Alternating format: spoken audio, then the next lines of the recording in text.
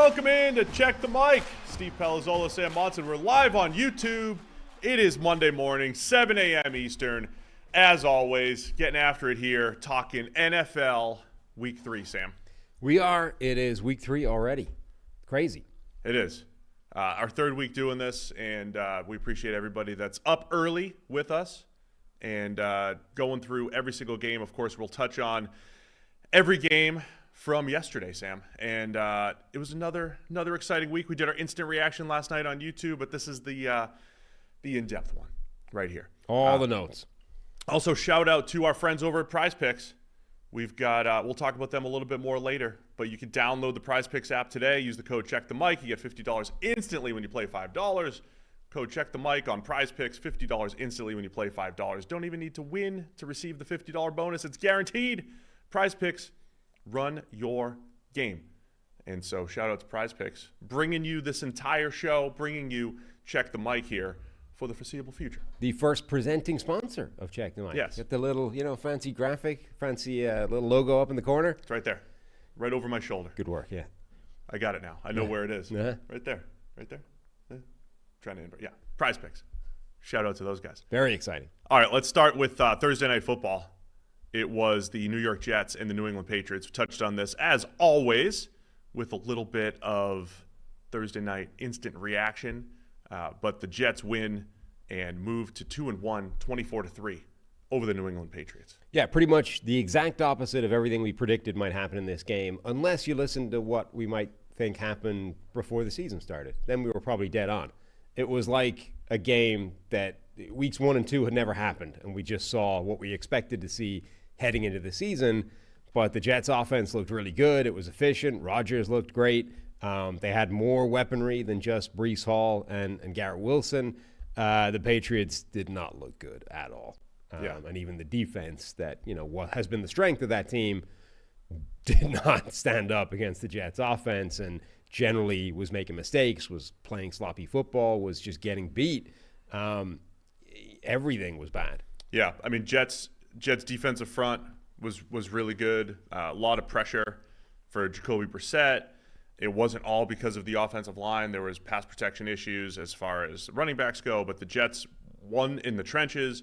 Aaron Rodgers full command of the offense, Sam. It just looked like with all of this talk of passing being down in the NFL, as Rodgers just took what was there over and over and over again down the field. See those final numbers, 27 of 35 for 281, couple passing touchdowns. He just took what was there. And that the veteran quarterback that he is looks like a perfect fit for the way the NFL is playing defense right now, particularly in this game. So it was game 3 for Rodgers as a Jet, his third full game and probably his sharpest from start to finish. No, it was, absolutely. He looked very efficient, very good. Still not, the crazy volume isn't there, but we might just not see that this season, the way the NFL is fighting back. We'll get to it later, but we've had basically one big statistical output game from a quarterback this season. And so Rodgers not having one of those yet, I think, doesn't necessarily indicate, he's not able to play at that level. It just, that's the way the NFL is right now. 280 and 2 touchdowns is a big game through 3 weeks. Tyler Conklin with a huge game in that one. Braylon Allen as a rookie running back, continues to look crisp running the ball. Crisp, explosive, dynamic. He looks so good. He does. So we won't spend too much time on this one, but Jets 24-3, I think the way you summed it up, this is New England was one of the biggest surprises for me through 2 weeks. The way they played defense against Cincinnati, taking Seattle to overtime. Seattle's now 3-0. They haven't had the most difficult run of quarterbacks, but still an impressive start for the Seahawks. And I would say New England really impressed me through 2 weeks. And then to your point, if you said, hey, in August, it's going to be 24-3 Jets on Thursday Night Football, Patriots quarterbacks, which includes Drake May, making his debut, they're going to get sacked 7 times with only 26 pass attempts. I said, hey, that looks like the practice that they had against the Eagles during training camp. I believe that can happen.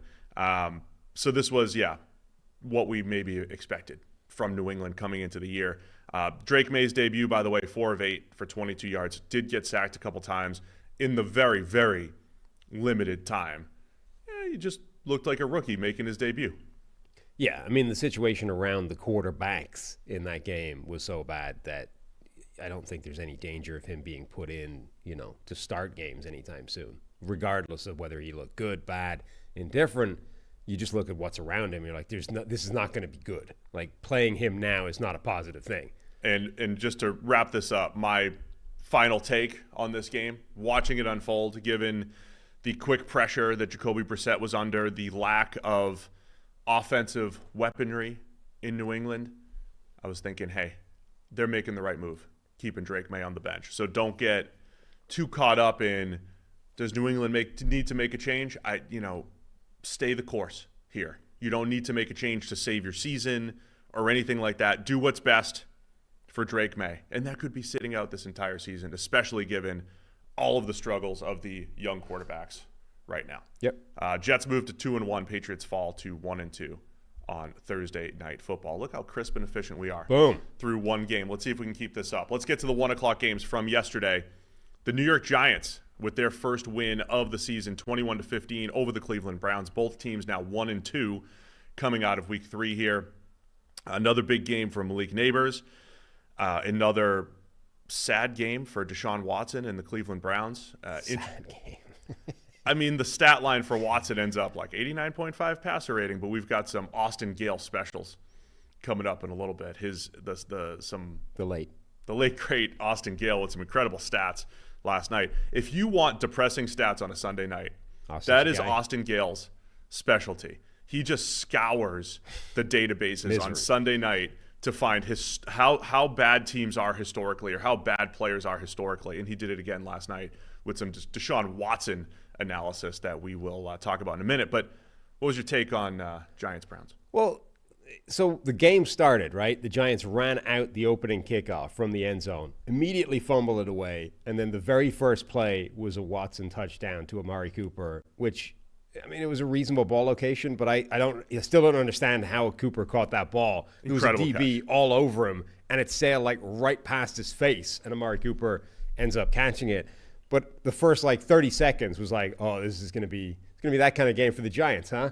And then it's like, no, the Browns are actually better at that than you are. They are more sad than you are right now. So even though you are trying to have this kind of game, the Browns are going to out-Browns you, and Deshaun Watson's going to do what he does, and it's going to be misery for them instead. There was also a negated interception from Daniel Jones within the first 6 minutes of the game. It really could have been. So it was negated by a hands to the face or roughing call on Greg Newsome. Really could have been disastrous for the Giants. The graphic that was put up during the game yesterday, though, that first drive by the Browns, one play, 24 yards. On the next 30 plays, the Browns gained 25 yards. So one extra yard after on the next 30 plays. So, yeah, the Giants' defense deserves a ton of credit, too, for the way they played. Pass rush was getting after Deshaun Watson, sacking him 8 times. 8 sacks of Watson. Yes. And it's funny, when you watch those 8 sacks, at some point they put up a reel of them all. They're not all, clean, decisive, great wins. It's like Deshaun Watson's a big part of this. This is why he's not good. So he was I was going through the negative plays, the 8 sacks on Deshaun Watson. It kind of looked a little bit like Wink Martindale's defense. This was blitz heavy.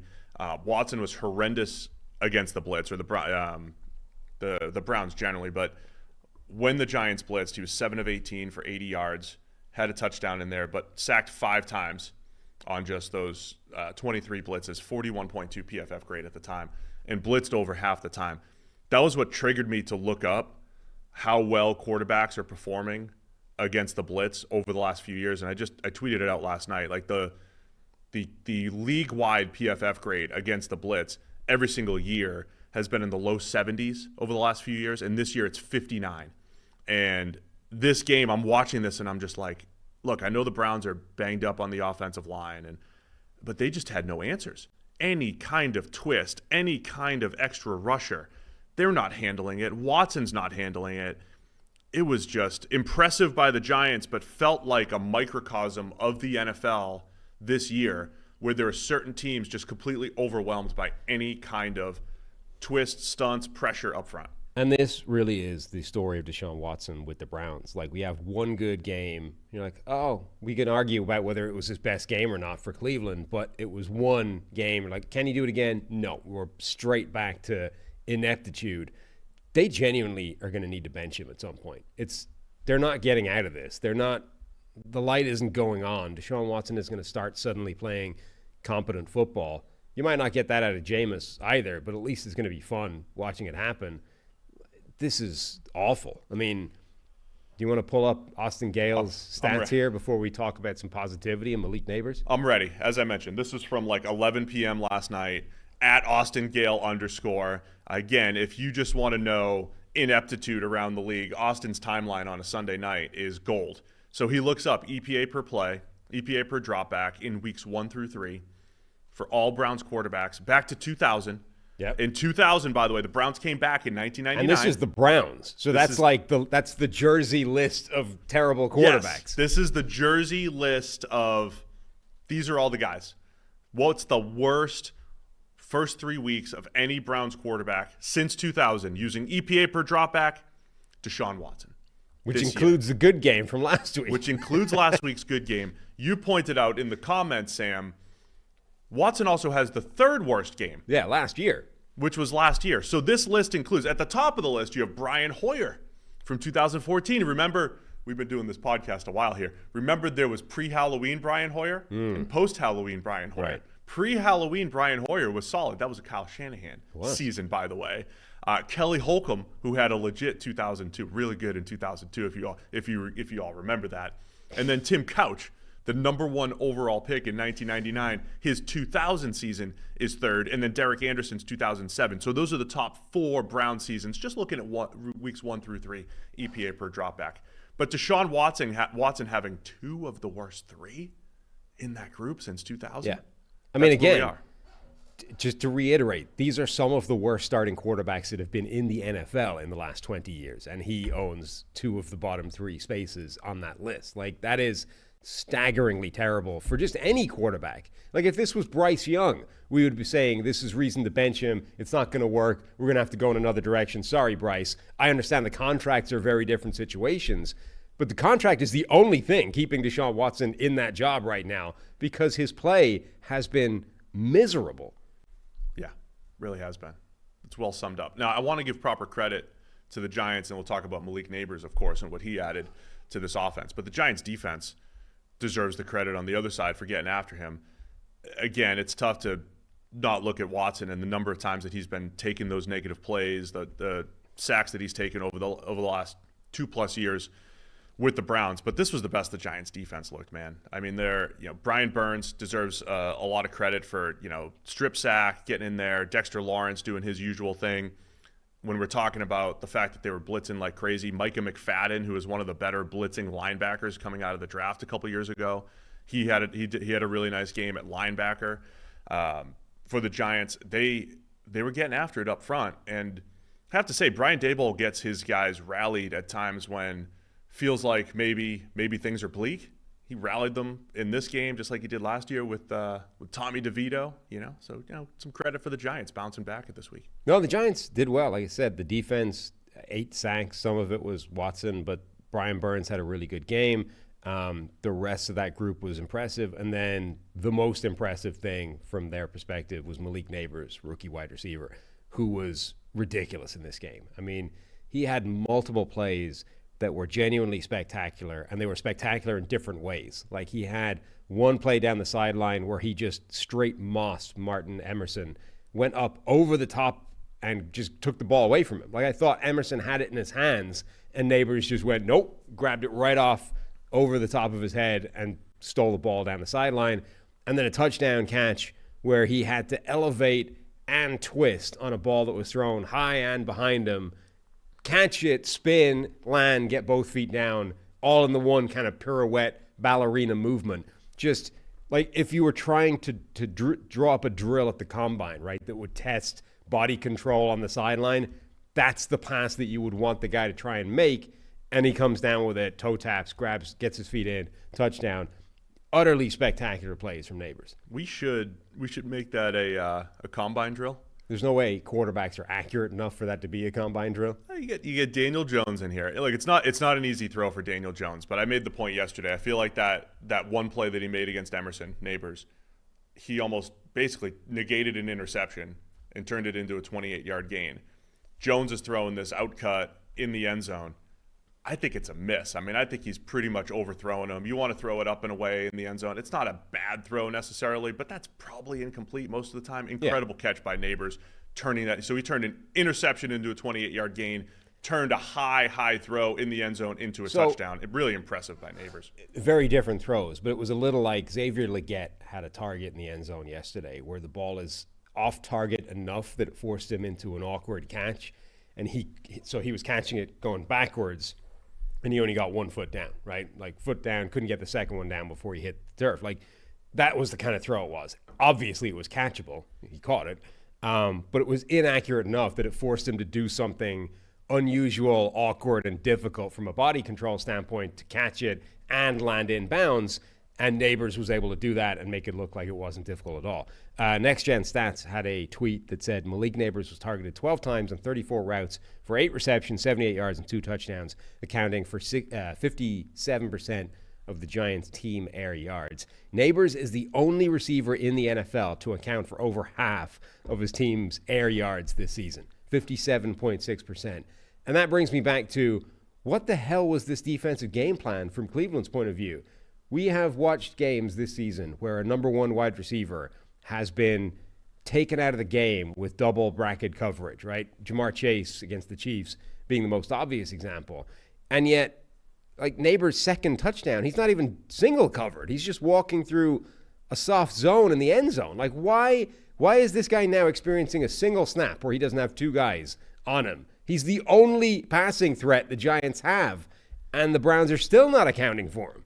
He's up to 271 yards and 3 scores on the season. Most targets in the NFL for Malik Neighbors. Yeah. And, yeah, you're right. I mean, I think teams – same thing we talked about in the preview show, Sam. Teams should be – I mean, after last week especially, when he had 2/3 of their targets. Yes. Especially should be keep an eye. He had 18 out of 27 targets in week 2. Wasn't exactly that high this week, as you just talked about. But, I mean, it's close. He's their guy. And you already punished them at that point. Like, for him to be getting that kind of coverage at this stage is craziness. I don't understand that from a play calling point of view. And just to wrap it up, not to overrate one game, Daniel Jones has the negated interception. Again, the kind of underthrow to Newsome that turned into a 28-yarder. Missed Theo Johnson in the end zone as well. Like, it was catchable, but needed a spectacular catch. Neighbors would have caught it. And Theo Johnson's very athletic. He actually did the hard part. Yeah. Like, it was coming right over the top of his head. He had to sort of grab it one-handed. Actually did stun it with this hand, got it there, and then when the second hand came in to trap it, he, like, batted it away with his other hand. The old PFFer in me came through being like, would we call this a drop? Like, it's an overthrow, but he kind of got his hand on it to pull it in to give himself he created an opportunity to catch it. I thought it was an overthrow. But, I don't think Daniel Jones played that great. But the Malik Neighbors factor here and a little bit of negated interception luck, 24 of 34 for 236, 2 touchdowns, no actual interceptions, 109.4 passer rating. It just shows the impact that the elite receiver can have on the stats. One other thing I did want to touch on, actually, just to pick on Watson again. The Brown and give him credit. The Browns had opportunities here. They had opportunities to come back. They were down 21-7. They score a touchdown. They go for 2 to make it 21-15. That's the new school thinking, right? You go for 2 so that if you score a touchdown, you have an opportunity to win. The Browns had 2 fourth downs in the fourth quarter. 4th and 1. It's a play action. Watson pulls it. They have slant flat on his first read. He double clutches the slant where you're creating a natural pick when you run slant flat. Natural pick is working. The slant's covered. It's not double covered, but it's covered. It's all traffic. And he just double clutches it. The flat's wide open. And he doesn't take it. And then he tries to dive forward and pick up the first down with his legs. That to me was a microcosm of why he doesn't function as a starting quarterback at the moment. Like, as you said, the combination. It's a combination. It's slant flat, right? There are two options. So your job as a quarterback is to read the combination, not one of the two routes. He was only interested in the slant, right? And he was like debating with himself. Do I throw the slant? Do I force it in there even though it's double covered? No. And then eventually he was like, no, I'm going to run instead. Whereas the thing that should be occurring in a quarterback's brain is if the slant is double covered, it means the flat isn't covered at all. He's open. Hit him. And that, like, it didn't seem like he ever even looked at the flat. I tried to rewatch it. I tried not to do the screenshot thing again this week. Yeah. And rewatched it again. I said, was it an RPO? Because if it's an RPO, it's a called run, right, where he's pulling it, and you literally can't double clutch or else there'll be illegal man downfield. Wasn't an RPO. It was play action pass, pass protection up front. The one excuse I might make is the snap was a little high, right? Maybe threw off his rhythm a little bit, but like, dude, just flip it out there. But it's the fact and he ends up inches short on fourth down. It's the fact that he sort of spent this time debating, can I force the slant? Yes, no, as opposed to clearly the slant is doubled. That means, like, by definition, the flat, the other part of the combination has to be open. Right. Because all the coverage is on the slant. Like, a viable NFL quarterback understands that intuitively as what happens with this route combination. If one guy is double covered, the other guy's open, immediately swap and go. The fact that he didn't seem to even register that at any point in that play and instead tried to run and the run didn't go anywhere is a problem. Like, that's not functional quarterback play. And then to his credit, they had another 4th and 4, still had a chance. And 4th and 4, he puts it on Cedric Tillman's hands, maybe one of his best throws of the entire game. Cedric Tillman drops it. And then on the very next play, Devin Singletary, long run where fantasy owners lament him going down at the 1-yard line. But that sealed the deal for the Giants. So the Browns, despite a disastrous middle of the game, right? Great start, disastrous middle, had chances in the fourth quarter and could not make the comeback. So credit the Giants. Thought the defense played outstanding, and they're a big part of the reason why Watson sacked 8 times. But, man, Browns are coming off their first win, now disappointing again at 1 and 2, and you still don't really know what you're going to get from Watson on a week-to-week basis. Well, except that the chances are, based off Austin's numbers, it's not going to be good. Not going to be good. Might be the worst you've seen as a Ever. Browns fan since 2000.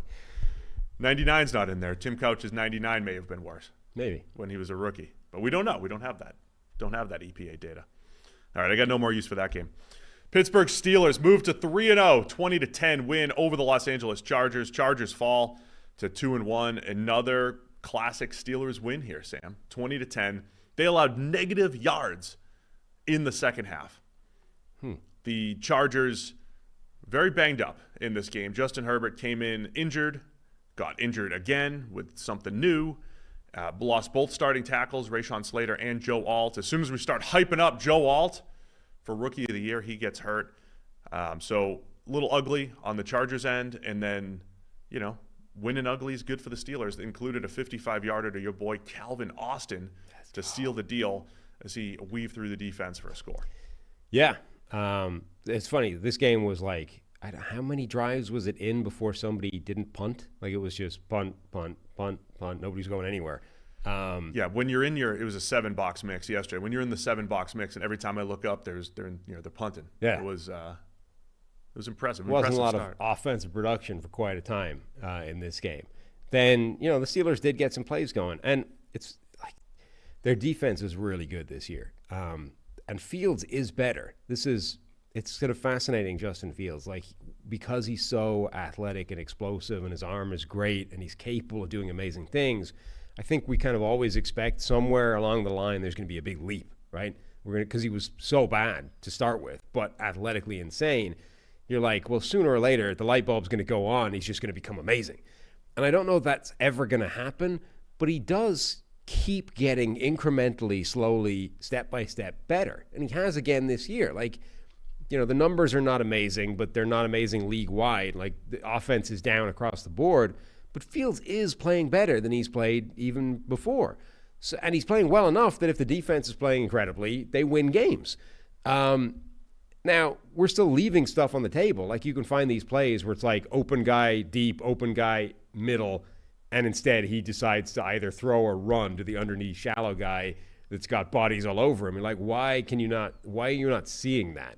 Like that should be a fairly basic, not only is it a fairly basic read, but like it's your first read. What are you doing on this play? And that was, you go back to Chicago Bears tape where you're like, Fields isn't seeing it at all. You got wide open guys in the middle of the field. Instead, he's, running to his right.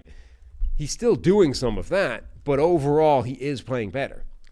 Yeah, I completely agree. I think I said it on the live stream last night. In this new age of NFL, Sam, passing production's down.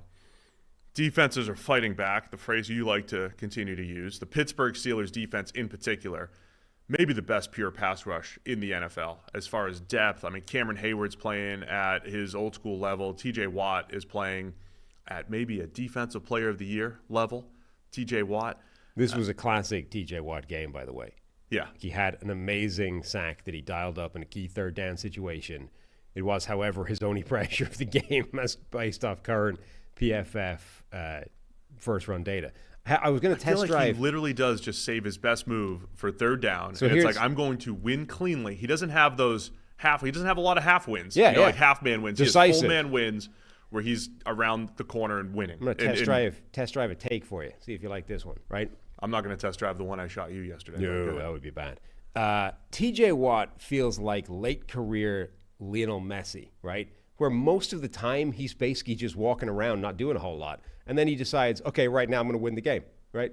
Now's the time. I've been walking around for the last 25 minutes. I've got the energy saved up. And now is the time I'm going to make the incisive run, knife through the entire defense, do a 1-2, and score. And that's game over. Done. Walk off, take the applause. All me, right? Early career Lionel Messi, best player in the world, unquestionably amazing. Late career Lionel Messi, if you were just watching him, you'd say the guy's kind of lazy. Why is he not doing that all the time, right?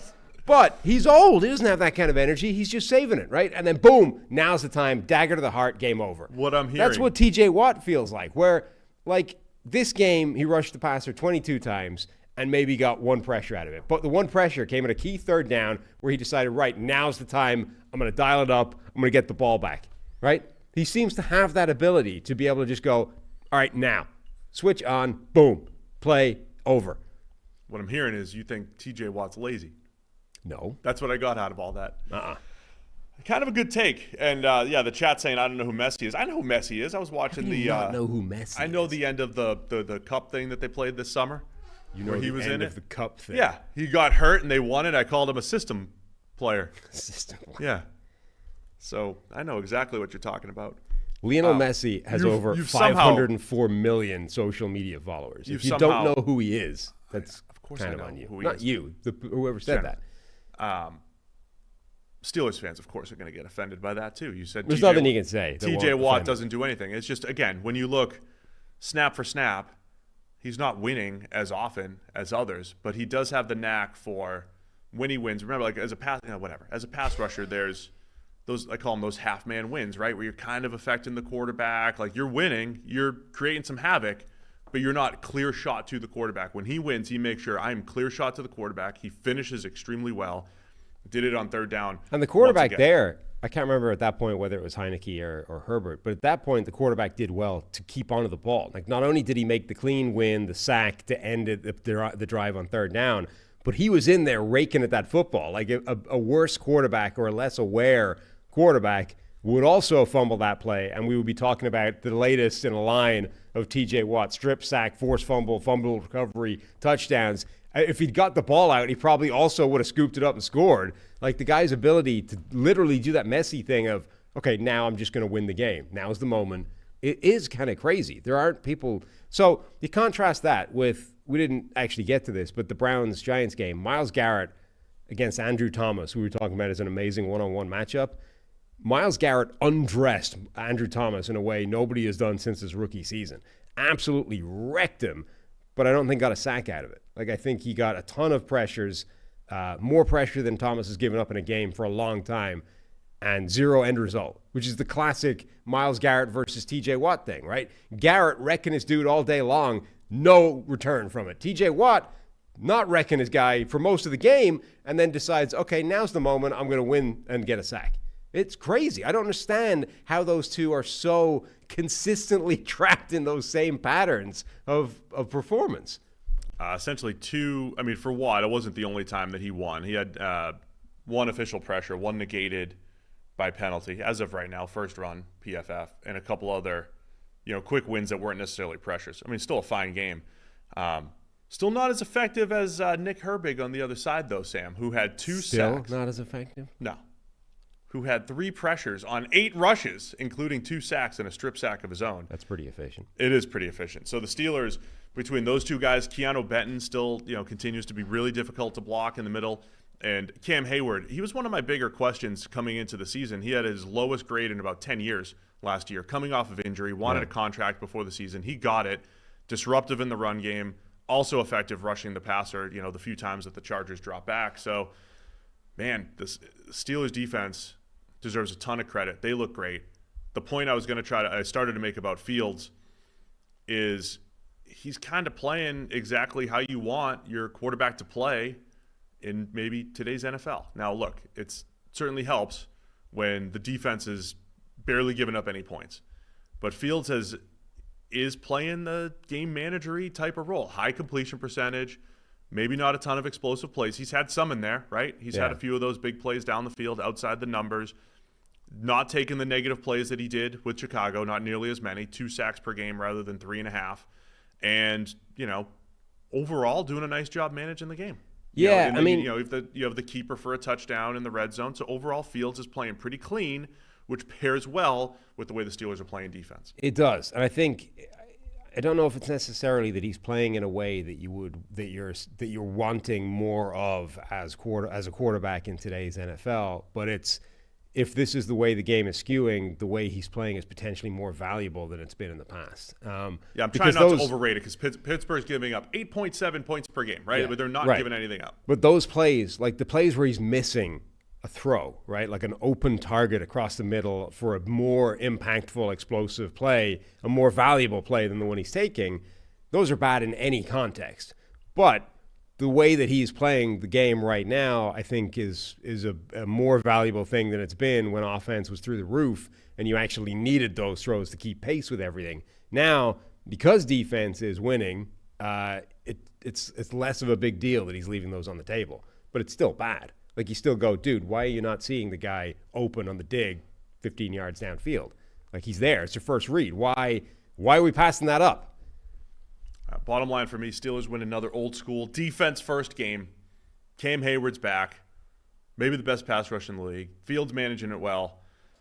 And the Chargers have a lot of injuries to manage. Justin Herbert, as many injuries as touchdown passes this season. We'll see what happens. Bosa hurt again? Dude, Bosa's career is just getting ruined by injuries. Yeah.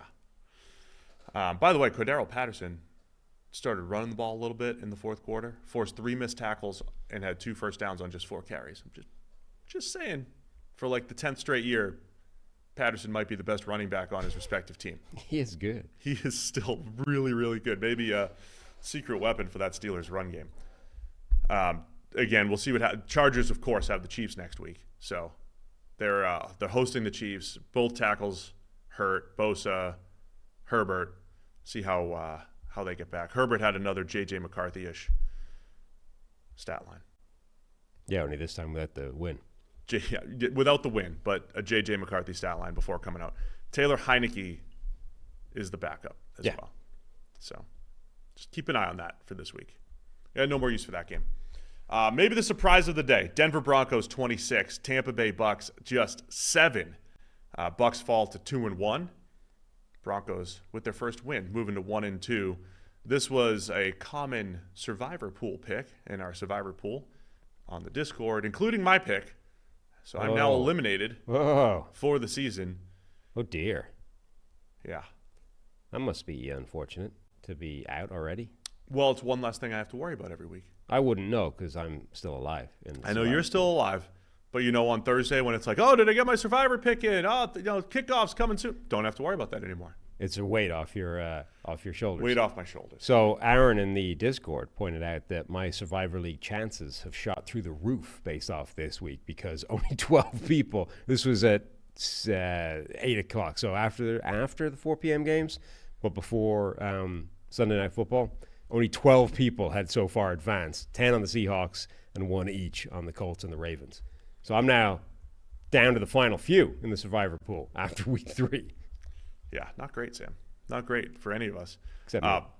Look, this was impressive from start to finish for the Broncos. I think from a Bucs perspective, they're still depleted on defense, but they played so well the previous week against Detroit, or felt like that, against what should be maybe the best team in the NFC, and the Bucs are over there taking it to them at home, finding a way to win. If this had happened a week ago, of course it was against the Lions, I would have said, of course, the Bucs are, they're beat up on both sides of the ball, missing their starting right tackle, multiple starting defensive players. But the Broncos looked like a completely different team. Their pass rush was getting after Baker Mayfield. He was sacked 7 times in this game, and this was absolutely the cleanest game from Bo Nix. I put the caveat in there, of course. One disastrous potential fumble in there where he tried to throw it very late in the down. It was a Levis-ish type of play. If we spend segments on Will Levis, we have to at least highlight this play for Nix, but it got negated by penalty. Had another pass, dropped interception. But other than those 2 plays, Bo Nix looking really sharp, much better throwing the ball down the field, and made some huge plays with his legs again. Yeah, Nix was impressive in this game. Now, a non-charitable person would say this is my fault for jumping back on the Baker Mayfield bandwagon after having been off for so long.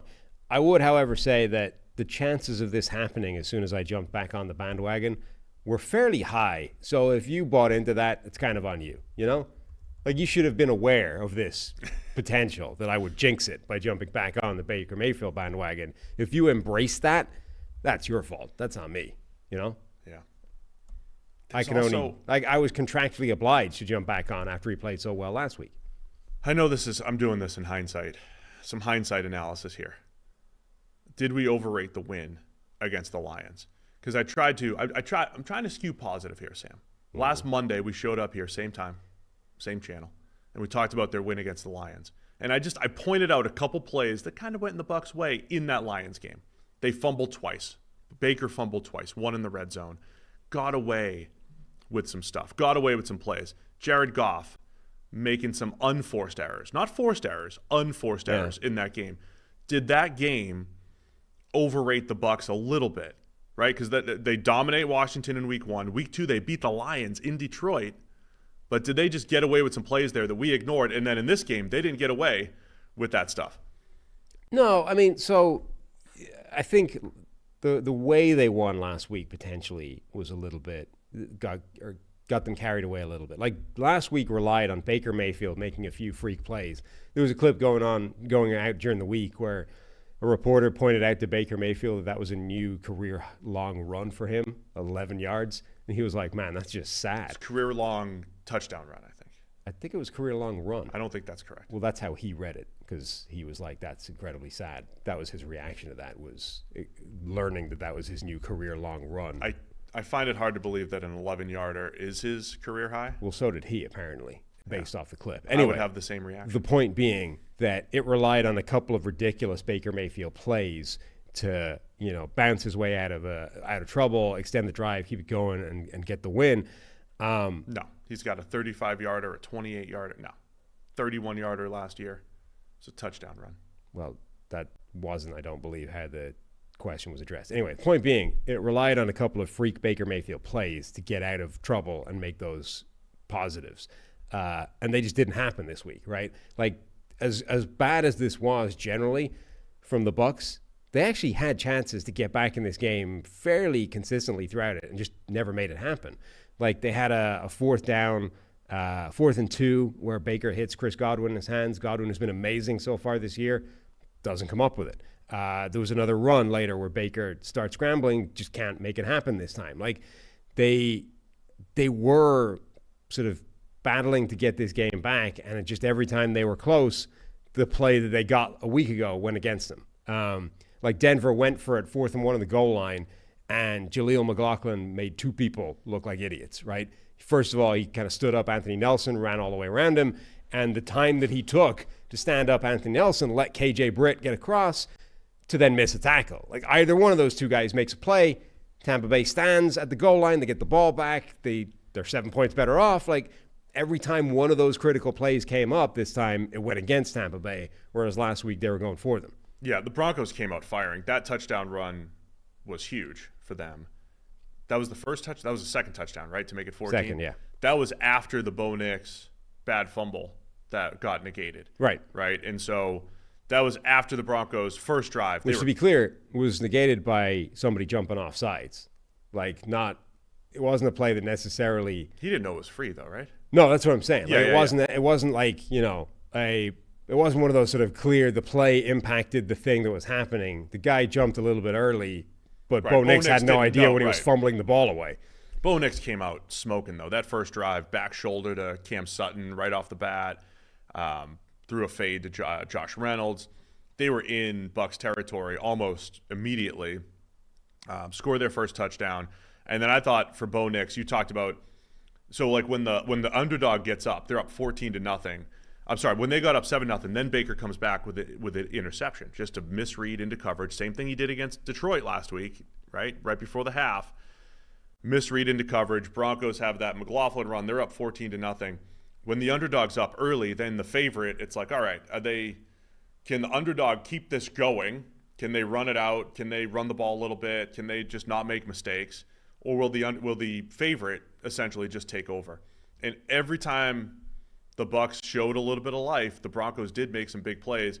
I thought one of the biggest plays was Bo Nix early in the third quarter, 22-yard run when it looked like he was sacked, right? He rolls out, he's under pressure, reverses field, 22-yard run to get into Bucs territory. Just little plays like that really added up, and the Broncos, they played great, man. They played their best game. Defensive front was getting after Baker Mayfield. As I said, sacked 7 times. Our guy Nick Benito with some quick pressure. I mean, they had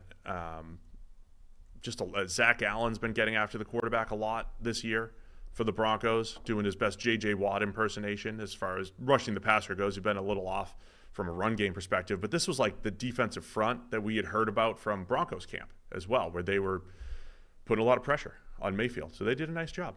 Remember I speculated, I don't know if Baker Mayfield needs the underdog tag to play at his best, but it's pretty remarkable. He does seem to revel in that and embrace it. And when he's an underdog, you get the best version of Baker Mayfield. Favorite Baker Mayfield doesn't seem to sit as well.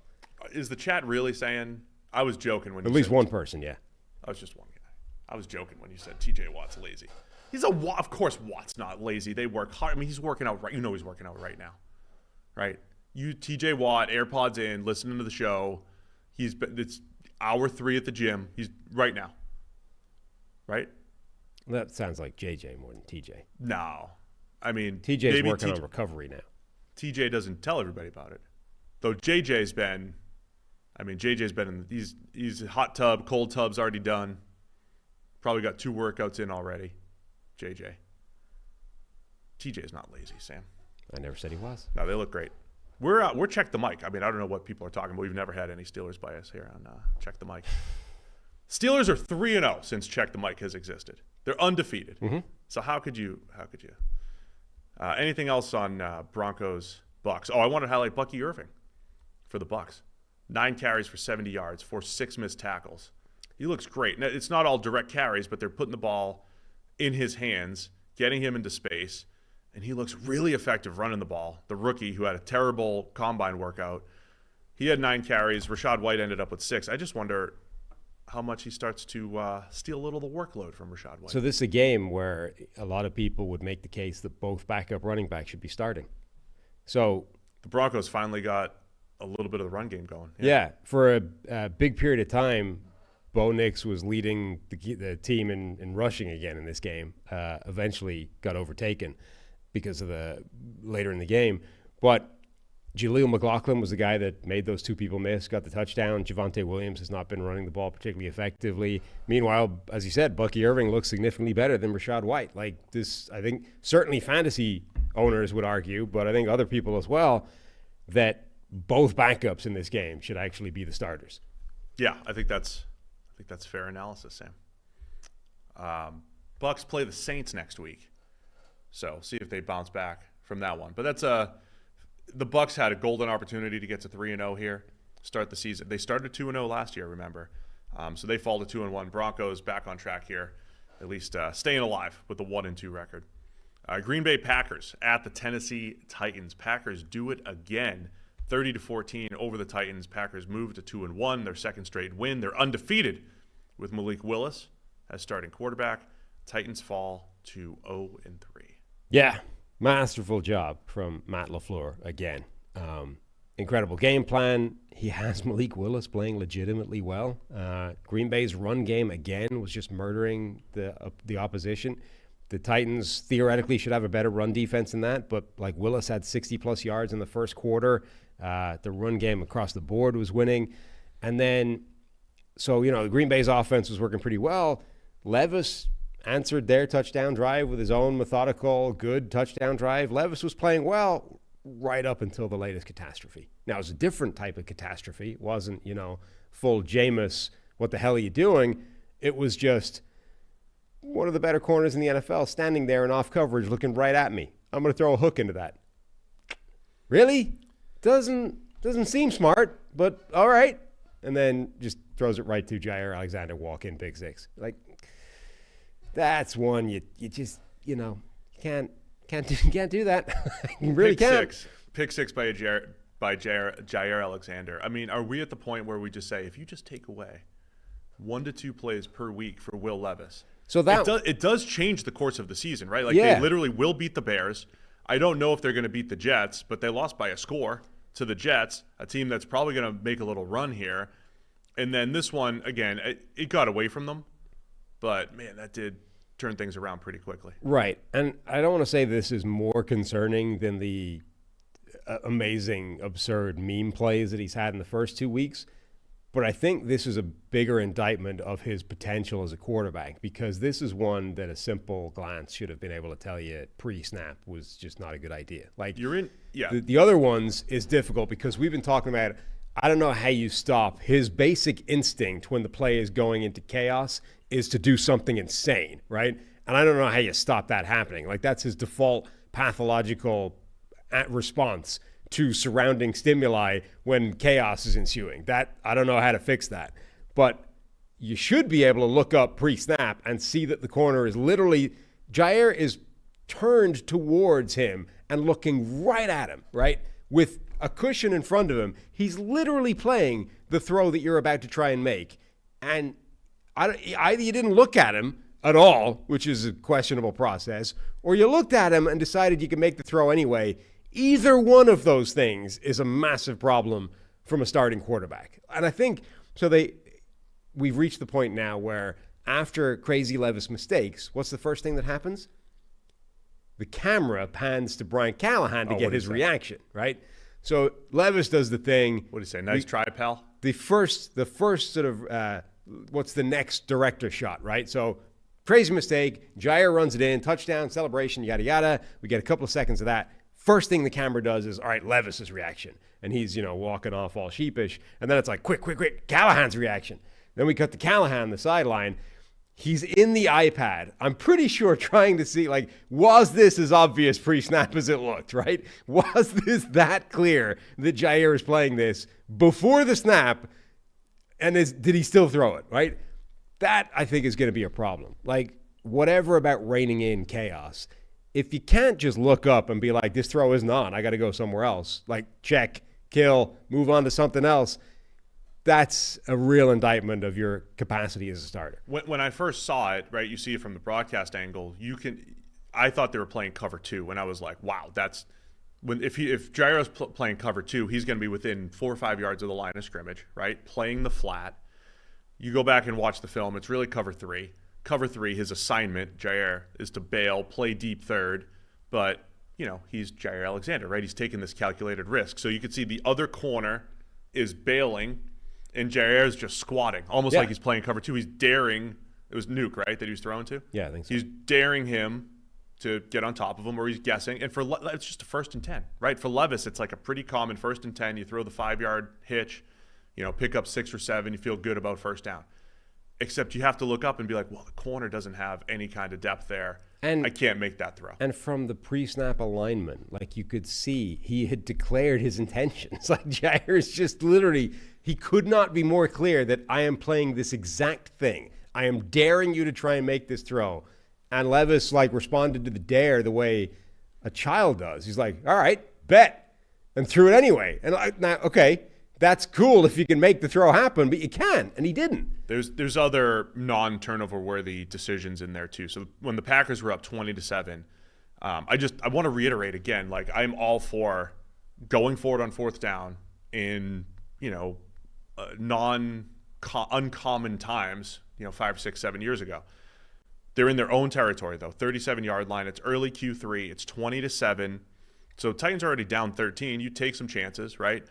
But remember, when the chances don't work, your win probability goes down, right? So you see the pre-snap, this is plus 3% win probability. That's as a decision. But it is immediately creating a higher ceiling and a lower floor for your game, right? Higher ceiling if you get it, lower floor if you miss it. And they roll Levis out. It's 4th and 2. They've got running back wide open in the flat, and Levis tries to Elway copter through 2 defenders again, and technically it goes down as one of their sacks. Like he loses a couple yards, but it's really a 0-yard gain. Goes down as one of the 8 sacks for Levis when he could have just dumped it off into the flat. It's not really just 1 or 2 decisions. There are too many of these types of plays in there for Levis. Yeah, I mean a huge stop for the Packers, by the way. This one, I think there were 3 potential places to throw the football, and instead he tried to run for it and didn't get it. That's bad as well. Certainly, I mean, I don't think the running back, he's open early, but there's a guy chasing him down. Like each one of those guys or somebody vaguely close to them to be a threat, but all 3 of them are targets you should give the shot to. You're not there were all better options than trying to beat 2 different guys when you're way behind the line of scrimmage and try and pick it up yourself. And again, Levis doesn't do any of it. A lot of time on Levis. Does he have some of the we talked about the Cousins plays? Cousins has some of those plays where there's just complete panic under pressure to the point where he's spiked it backwards into play for a fumble. Does Levis lack a little bit of that just on the fly instincts under pressure? Because this is not to compare it to Mahomes, but other quarterbacks are going to draw. They know I can throw the ball or I can run it, right? And if you start to run and it draws the defense, they flip it out, right? And they throw it. Levis, it feels like I could throw or run. And as soon as he decides he's going to run, boom, he's going to lower his shoulder, play fullback again. It didn't work. Yeah, I mean, I think he does, but to me, the bigger problem is that in addition to that, in this game, he also had that pick 6 to Jair, and that's a fundamental misreading of basic things that's almost worse than when things go to hell, you make silly decisions. From a Packers perspective, 8 sacks. Kingsley Enagbari had 2 sacks on just 17 rushes. Absolutely whooped Nicholas Petit-Frere for a strip sack. Yeah. So this is Preston where you Smith got in there a couple times. Devontae Wyatt. The pass rush was fierce for the Packers. Titans offensive line, general pass blocking was poor. Yeah, and that's where you give Levis a little bit of a break. Yeah. You're like, that offensive line that is better than it was a year ago and has taken a step in the right direction had a bad day and got its ass kicked by Green Bay. Petit-Frere, did he get benched or did he get hurt? I don't know, but he came out, and Jalen Duncan, who I think is not a great backup. Well, that's the thing. It's also gave up a sack. Yeah, Petit-Frere is probably the weakest link on that offensive line, and they replace him, whether forced or otherwise, but the guy coming in is worse. It's so your right tackle is just getting annihilated. And at that point, Levis is in must-pass situations trying to bring the game back, and your offensive line is just a sieve at that point. Couple minutes to just give a ton of credit to Matt LaFleur. And Malik Willis. Malik Willis comes in with a limited sample size in his career, but he was a 53% passer in his limited NFL time. Through 2 games now, he's 25 for 34 for 324, 2 touchdowns, no picks. We were joking going in whenever we were. It does look like a lot of quarterbacks have 2-game samples that look like 1 game. That's 1 game's worth of output.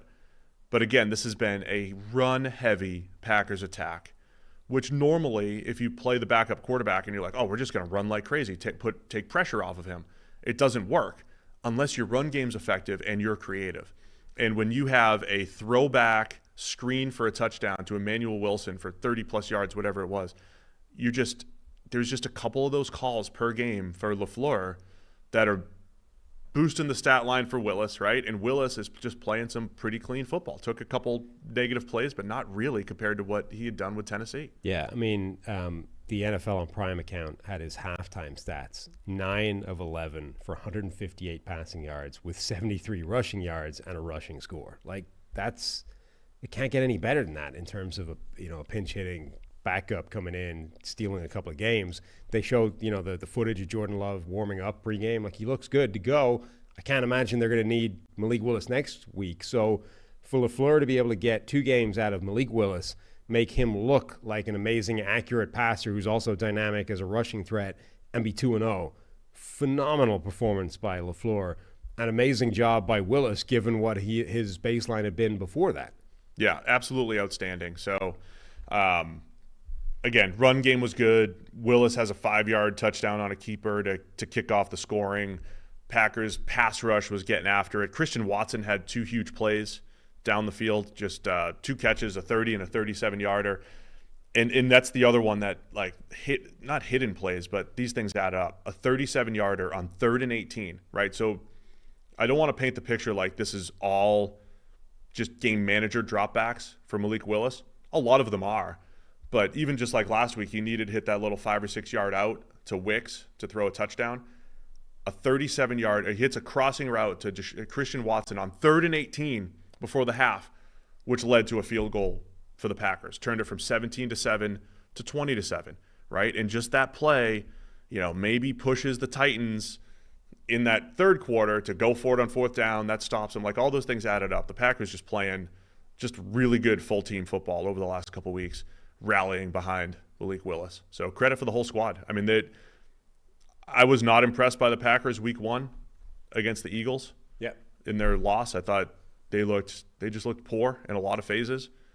Really impressed by what the Packers did the last 2 weeks. I think Jordan Love will play some good football once he gets back. So I thought this was huge for Green Bay. Yep, very impressive. Done with that game? Mm-hmm. Nice work. Chicago Bears and the Indianapolis Colts. Colts get their first win of the season, 21-16.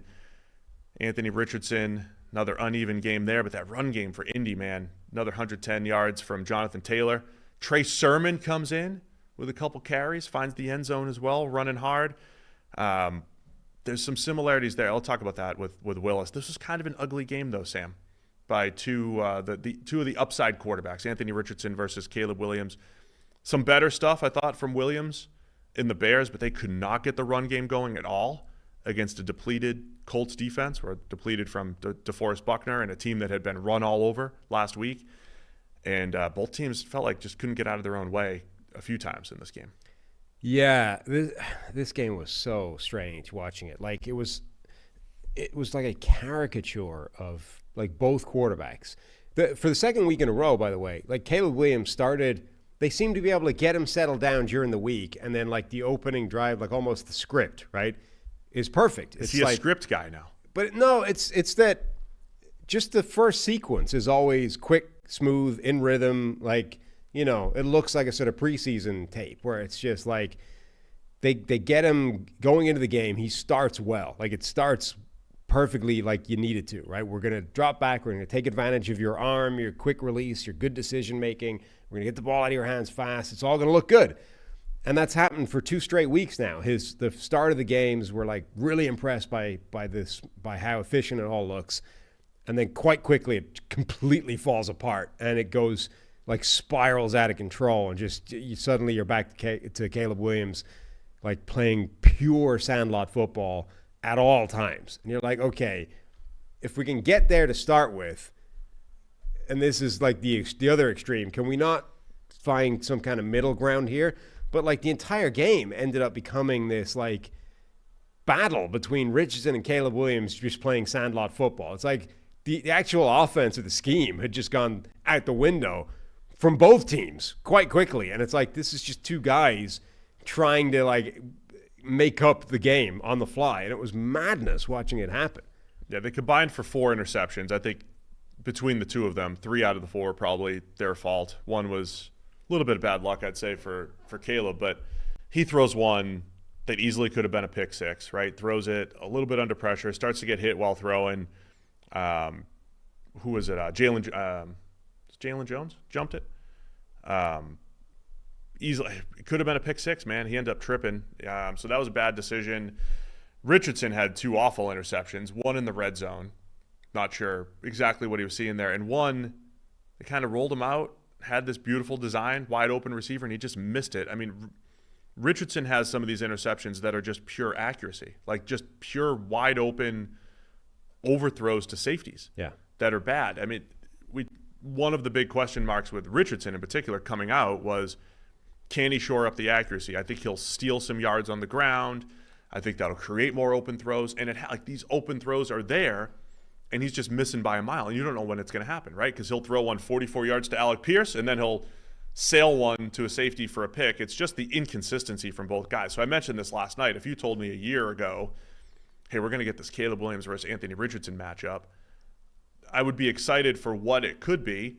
And maybe a year from now, these guys have developed, and it would be epic. But right now, it just felt like 2 guys scratching the surface of their upside on some plays, but still just so inconsistent that it was tough to watch at times. So this game had you sort of thinking about the future, what these 2 guys could become in a year or two. This game had me actually thinking about the past, and I was wondering what this game would have looked like 3 years ago. Like we've just got through this cycle of being like, have you noticed how every giant toolsy quarterback with freakish ability seems to have worked out lately? Which hadn't been the case for a long time. But all of a sudden you get this run of Josh Allen and Patrick Mahomes and, Justin Herbert and all these guys. Suddenly it's that everybody's chasing. Hey, let's just get all the big freak shows with the giant arm and incredible athletic ability. It turns out we can coach them up, and that's where the upside is. That's how we get a Super Bowl. And then, so that's how you get Caleb Williams going number 1 overall, Anthony Richardson going, top 5 despite like 6 minutes worth of tape for his college career. Like we go chasing these super freak athletes or guys that have literal freak show ability all over their tape. The potential is through the roof. Right at the time the NFL defense is swinging, like the pendulum swings back, and suddenly we seem to be taking away all the explosive plays, all the things that those special players are able to do, make everything harder. I wonder if these guys have entered the NFL right at the time the pendulum swings back, and like now actually the guys we're going to be targeting are the steady Eddie, Bo Nix type of quarterbacks, right? Maybe Bo Nix is the one that's going to work out from this class. It's all way too early to tell. But I was sort of watching this game thinking, 3 years ago, are these guys just like lighting up these defenses? Like the crazy plays are everywhere. They're explosives all over the place. But right now, it all felt like they were just trying to do too much. Like Caleb Williams threw for a ton of yards in this game, which is good because he threw for like 97 in the first game or whatever, 94. But the whole tape was just like, I can make this. Like I can make this throw happen. And it was like every throw was just trying a little bit too hard to force in something that probably wasn't going to happen. And the Colts, like I give the Colts DBs a ton of credit.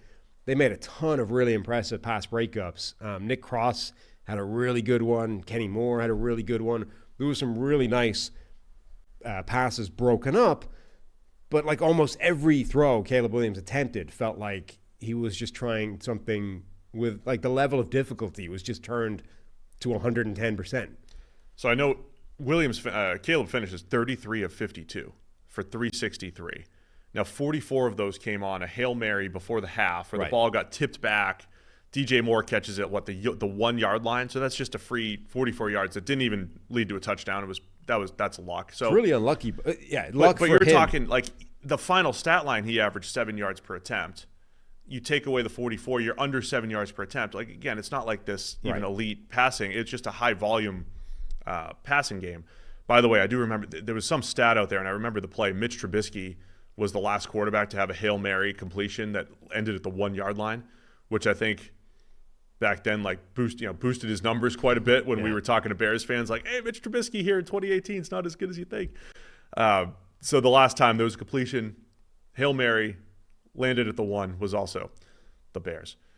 A couple nice, they got Rome Odunze going, which was nice. You get the fade ball to him, deep crosser to him. Those were a couple of Caleb Williams' best passes. I think you're right, man. How do you just get him playing in rhythm more? And it reminds me a little bit of the Baker Mayfield discussion through the years, where it's like the volume of the plays. How many of the plays, right? How many times did Baker Mayfield early in his career just feel pressure that wasn't there and then play outside of structure? Because when he was at Oklahoma, he rarely had to play outside of structure, and he didn't, he was fine when he did it. When we talked to JT O'Sullivan last year, he was like, no, he'll play within structure. He's fine, right?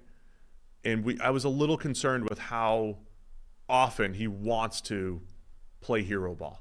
I think if you just dial, you and your sliders, right? If you just dial the slider down for outside of structure plays just a little bit, can you force him to play within rhythm, play within rhythm, play within rhythm? Force that a little bit more. Baseball analogy.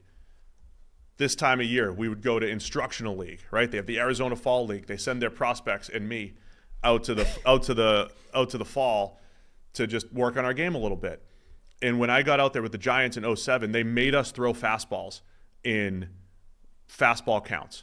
They made us throw first pitch fastballs. They made us throw fastballs when we were like down in the count, whatever it was, because they were trying to teach us you have to establish fastball command. You have to be able to throw your fastball where you want it, or else you can't pitch in the big leagues. You might get hit. Your ERA might take a hit here in this practice league, in this instructional league, but you have to get this done if you're going to have success in the majors. So we're going to make you throw fastballs, right? We're just going to make you do it. Can you make Caleb Williams play within structure? Can you make him play within himself at just a higher percentage, and then hope that the natural playmaking comes out when it needs to? And because you just have to find that balance so he's not playing hero ball for 60 dropbacks, Sam. For 60 dropbacks, you can't play football like that. Yeah, you can. And it seems like, again, they seem to be able to start him off fine every week. And then he immediately goes off the rails and goes back to doing what he wants to do, which is just ad-libbing and trying to make crazy things happen all by himself. Remember when we had the late, great Michael Renner, now of CBS, on the show? And he was talking about AD 5 days ago? Yeah. He was talking about AD Mitchell and like how his tape in the NFL looks a lot like his college tape, where it's like, I don't know what some of these routes are, but they're working and he's open. And so, like, the connection, Richardson keeps missing him. Like, the yardage that he's left on the table to AD Mitchell in the first couple of weeks has been insane. Well, again, there was another one of those plays where Mitchell's open one-on-one, beating a safety deep down the field. Richardson can't quite get the ball there.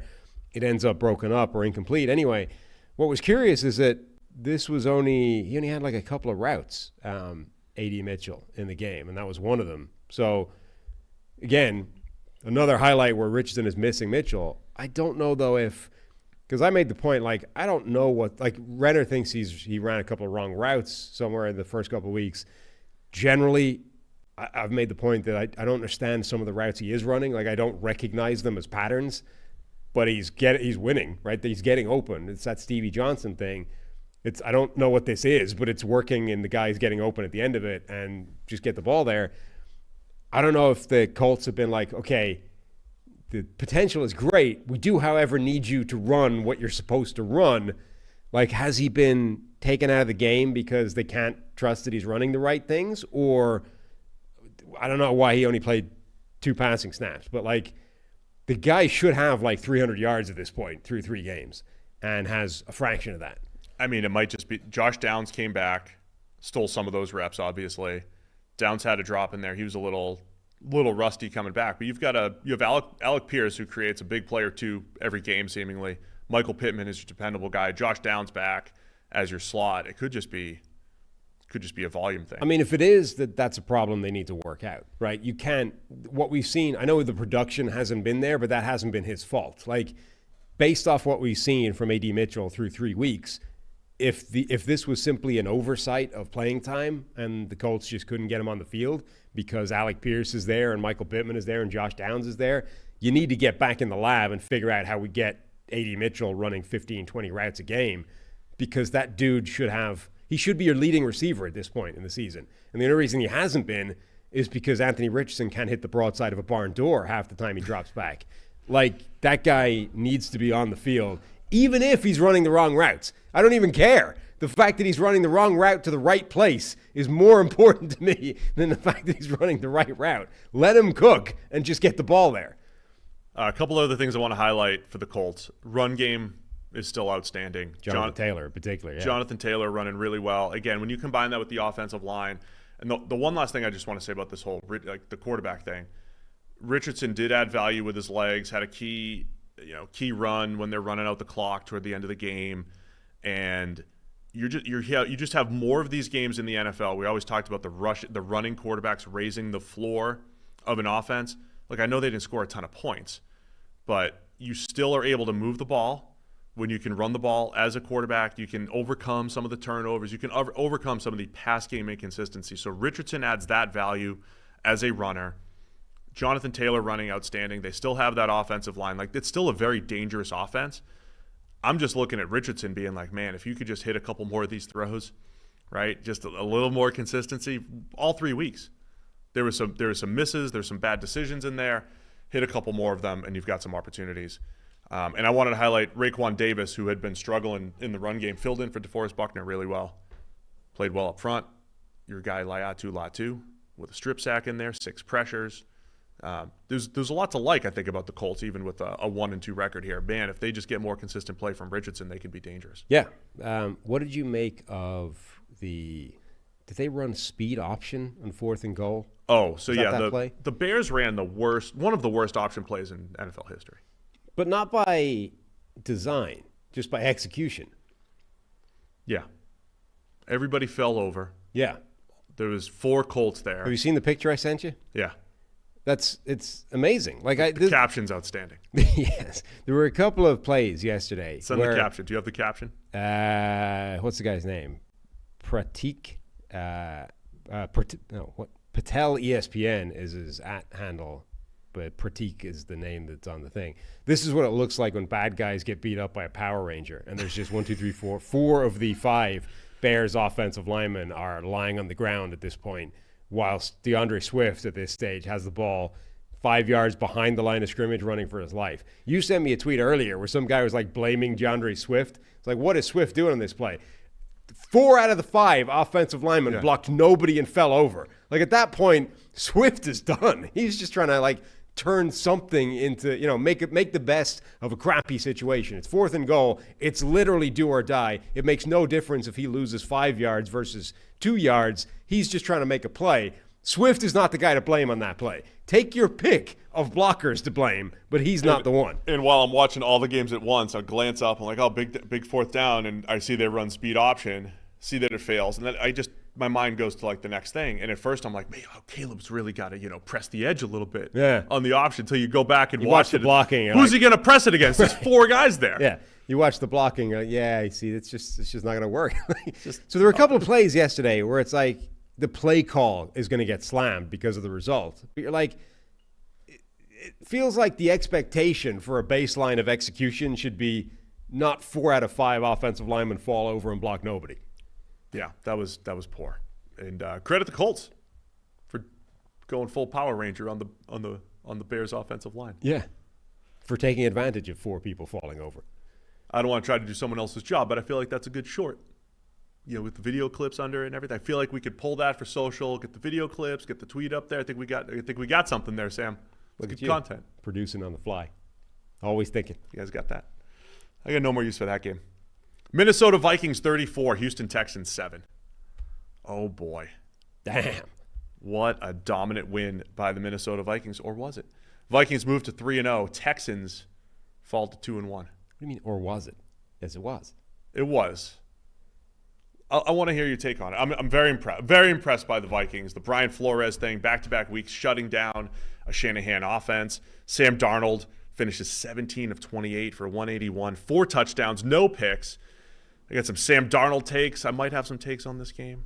So, the question coming into this week was, will C.J. Stroud and Bobby Slowick fare better against this defense than Kyle Shanahan and Brock Purdy have for 2 straight games over 2 years? The answer is no. No, they will not. And maybe it would have been different if they'd had Joe Mixon, and been able to establish a run game better or whatever. But Flores just has this scheme right now. I don't know how long it'll last. I don't know if it's universal, but every time Flores has run against this scheme so far, he has not only dominated it, but confused it. I mean, we saw the little clip of Purdy being like, dude, the scheme is crazy to Flores after the game.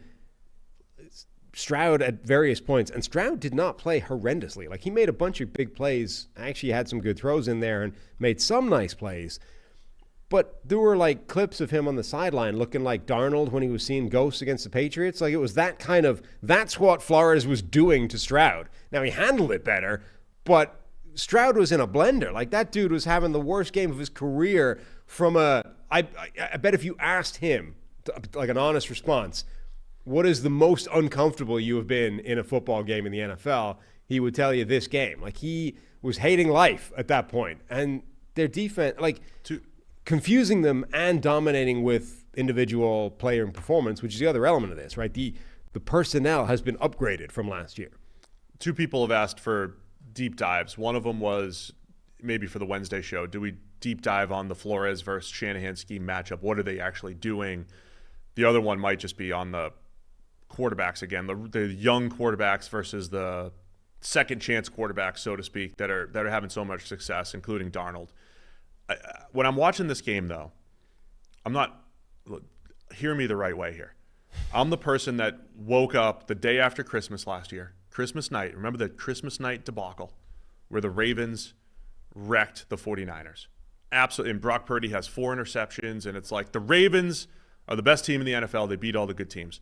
And I came out of that and I was like, there's a tipped pass here and there, and they all landed in the Ravens' arms and all this stuff. Look, the Vikings won and won handily. I also think there was some luck in there for the Vikings. The very first drive, the Texans have a batted pass, interception, right? The Vikings deserve credit for Harrison Phillips batting the pass right to their defender, right? Grugier Hill. Interception, right? So that's, a little bit of luck there. Texans have some unforced errors in there, some illegal formations, false starts when they're converting third downs. They had 2 negated first downs in there. You mentioned Stroud. He had a beautiful little sidearm pass and for a first down. And there's some luck in there. Darnold got strip sacked, and Brandon Powell's there to pick it up and pick up 7 yards after it, right? So it's a lot of things went Minnesota's way. Now that's 35-7, right? Whatever it was. So that's not completely changing the game. I'm just trying to not come out of this and be like, the Vikings are here, the Texans are here. I think the score should have been a lot closer. Okay, counterpoint. Right after the first interception, the Vikings had a forced fumble on Dalton Schultz that was like razor thin catch and incompletion, or sort of catch and fumble versus incompletion. They ended up ruling that an incomplete pass. I think there was a pretty good case. He had that in his hands, was turning, the ball gets knocked out. They could have had another forced fumble and turnover. The Vikings recovered that. There was that 3rd and 19 play that began as a 3rd and 4 where it's an interception. The guy just couldn't get a second foot down. It didn't end up mattering. That was a turnover that could have been. Like, the Vikings defense had other turnovers that they didn't get credit for. On a miscommunication there. Yeah. So, yeah, it was like a week ago the same thing was true. Like, they had a couple of plays that could have gone their way and didn't. Like, this could have been even more extreme. So I think actually this was pretty much dead on in terms of, was it a fair representation of this game? There were some plays that bounced against them. There were some plays that bounced for them. But I think it was a fair reflection of what was happening, which is this defense had the Texans offense in a blender, and on the other side, the Vikings offense was still pretty good. So now I want to give the Vikings proper credit too.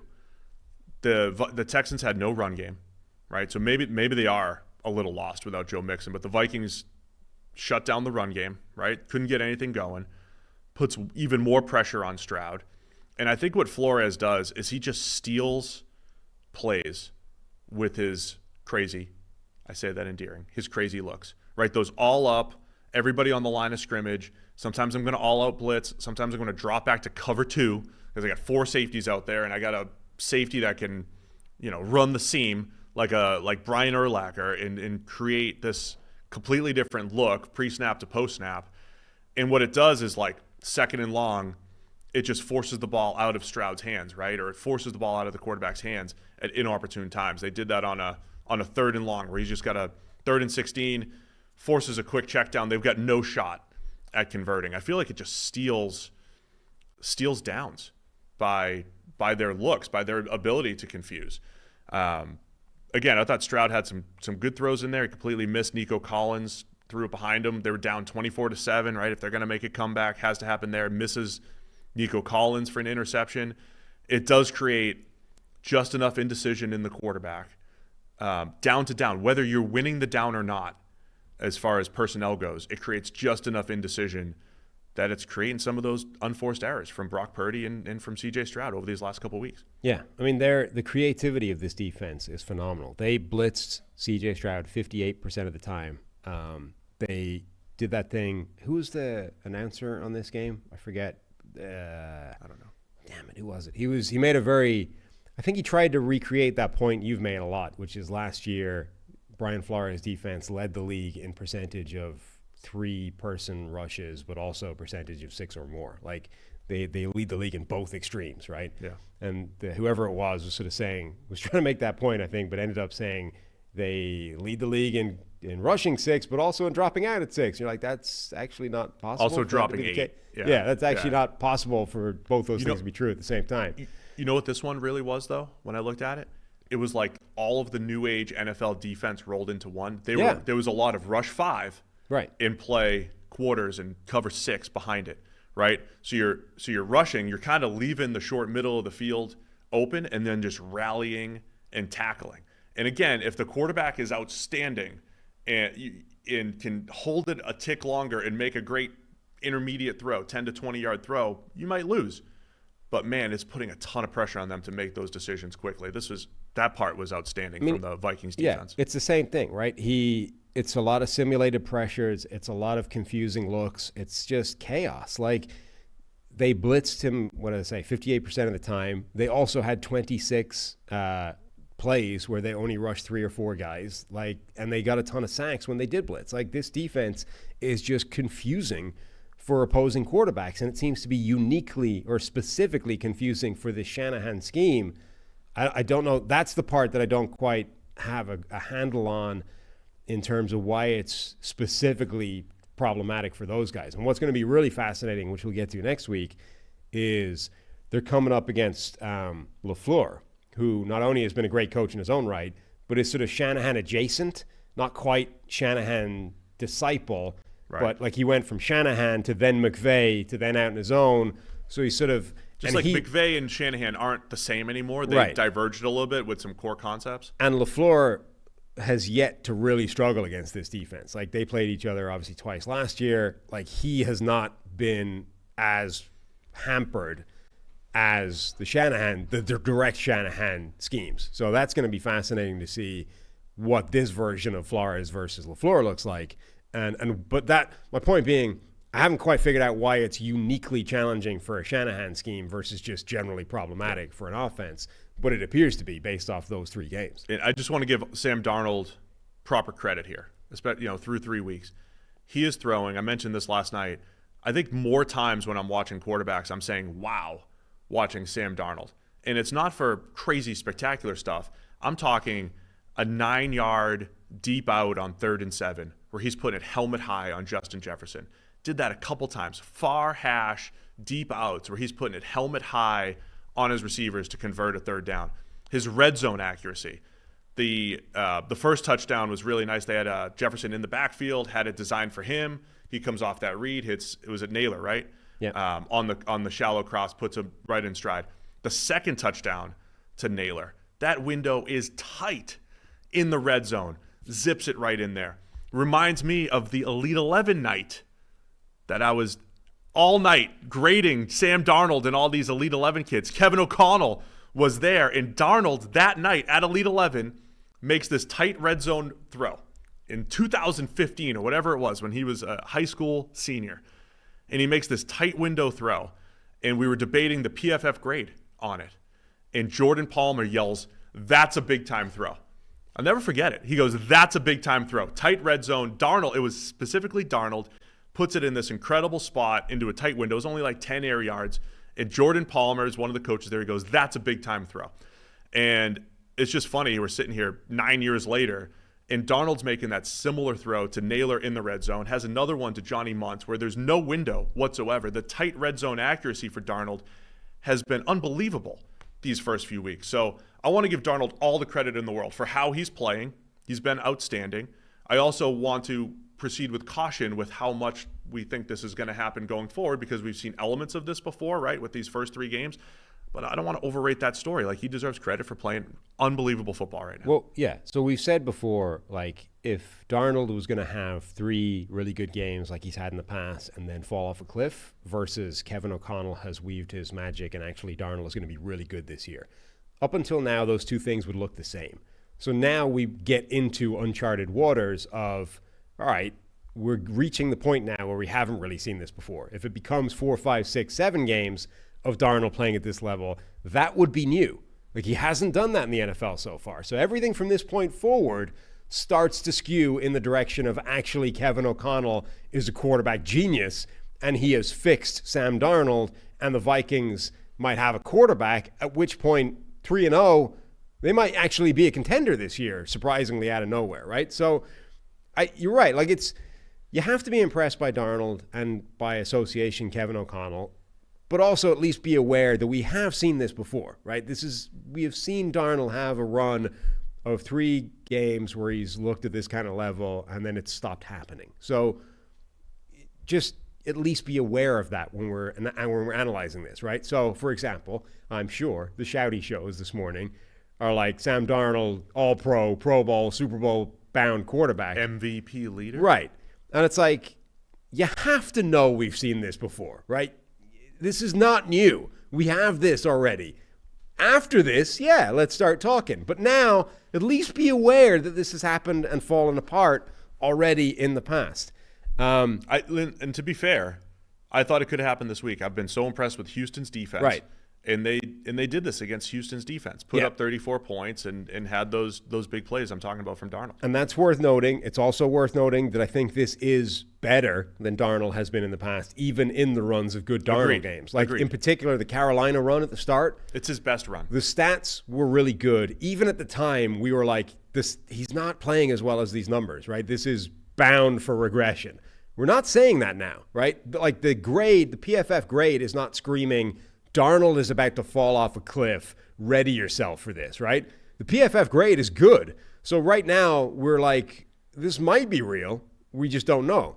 2 other things I wanted to mention in this game. I know we talked about, like, Houston without Joe Mixon didn't really have their run game. And his numbers stink.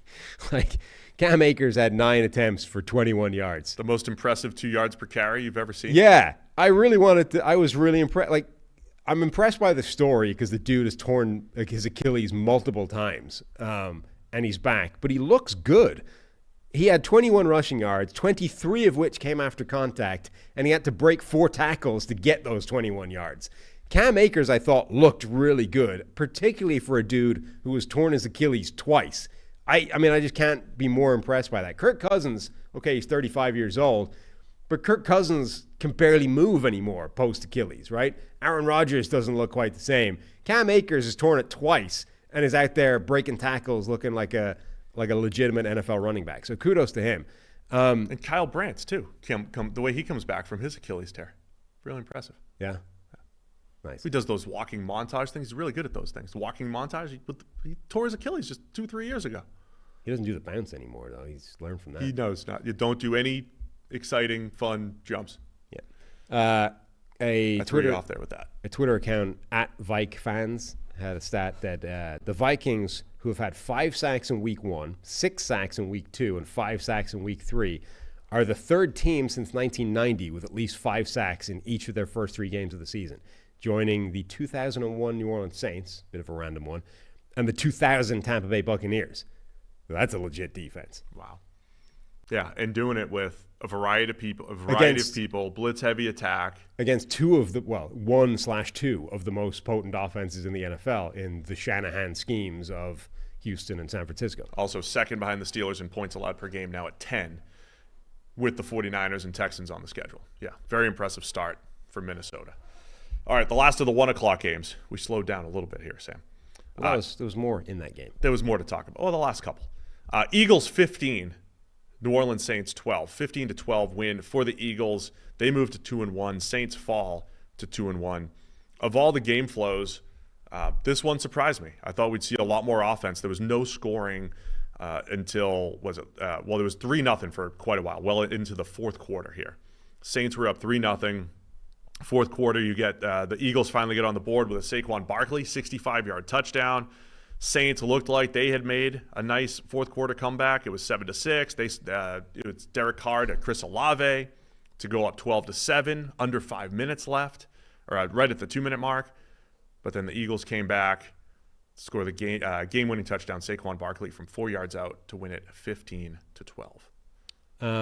Yeah, like strange game given what these teams had done heading into this game. The Eagles defense was able to, so remember last week, like what a statement from the Saints. Their offense dominated Dallas. They were able to, but a big part of it was they were able to keep Dallas out of those obvious pass rushing situations where they could potentially win against that New Orleans offensive line. Like they were running the ball like crazy. They were using play action off the back of that. And the number of snaps where Micah Parsons was able to pin his ears back and go after those guys was minimal. The Eagles defense was able to keep the Saints out of those plays where they were able to sort of keep out of those situations. So suddenly Jalen Carter is absolutely destroying that offensive line because the Eagles have forced them into those difficult must-pass, non-play action-y type of situations. And suddenly we're starting to see some cracks materialize in that New Orleans offensive line. Like it sort of showed how reliant they were on maybe positive game script or just being able to use all those play action and motion and blah, blah, blah. Suddenly when you take those away and you force them to play the game a little bit more honestly, quote unquote, the man-for-man performance on that offensive line might be a little bit worse than we've seen. Yeah, there's only so much time to really dive into it, but I watched the Eagles defensive line. They were playing, it wasn't like full bear fronts where you're covering up guards and both guards in the center, but they were really playing really tight on the defensive line. Jalen Carter, this was his best game in a long time. I mean, rushing the passer, yes, but his ability in the run game, because I called him out before the game. I said he's not playing well against the run. He's getting blocked through 2 weeks. He was getting blocked easily and just getting, not disrupting, getting knocked out of plays way too easily. He was completely disruptive here. Knockback, resetting the line of scrimmage, penetrating. I mean, Jalen Carter was back to form here, both run game and as a pass rusher. I thought that was huge for the Eagles. And that helped make the Saints, the Saints kept trying to run the ball, but it wasn't nearly as effective. We're talking 1 week prior, they're moving Cowboys defensive tackles 7-8 yards off the ball, which might be just a common theme for the Cowboys. Yep. And they're having no success whatsoever against the Eagles. So that right there brought the game back into this defensive battle where the Eagles played really stout up front and rushed the passer much better. And they did a nice job against the Saints offense that was cooking. And then you talk about, look, Jalen Hurts throws another interception in the end zone. It wasn't as bad of a decision as I thought after rewatching it, but Tyrann Mathieu kind of wins at the catch point. He was kind of sitting on it, but it's another, turnover in the red zone. But they bounced back, man. No A.J. Brown in this game. Devontae Smith got smoked. He left with a concussion. You've got your top two receivers down. The Eagles aren't really built for receivers 3, 4, and 5 to make a ton of plays. They're hoping for those guys, but they're not established yet. Became a Dallas Goedert game, and Goddard had to step up. You're missing Lane Johnson. You're missing Mekhi Becton, 2 of your 5 starters on the offensive line. And Lane, we've seen the difference in the Eagles when they don't have Lane Johnson is completely different. So credit the Eagles, man, for finding a way here. Yeah, particularly that last drive. I mean, they were down basically the right side of their offensive line. They don't have any receivers except Dallas Goedert left. And that last drive, they really did stand up and execute and get that win. That was pretty impressive for a team, given how depleted they were. The other thing in this game that you definitely highlighted before is you had said, they are unsustainably productive right now in random deep shots to Rashid Shaheed, right? Yeah. And eventually those are going to stop working. Well, they stopped working hard in this game. Rashid Shaheed had 5 targets and 0 catches. He had 3 targets deep and 0 catches, 2 of which were catchable and contested and broken up.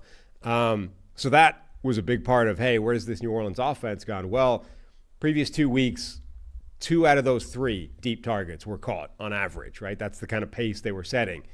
You catch 2 of those in this game, it's probably a completely different outcome. Like 2 of those bombs to Shaheed alone probably changes the outcome of this game.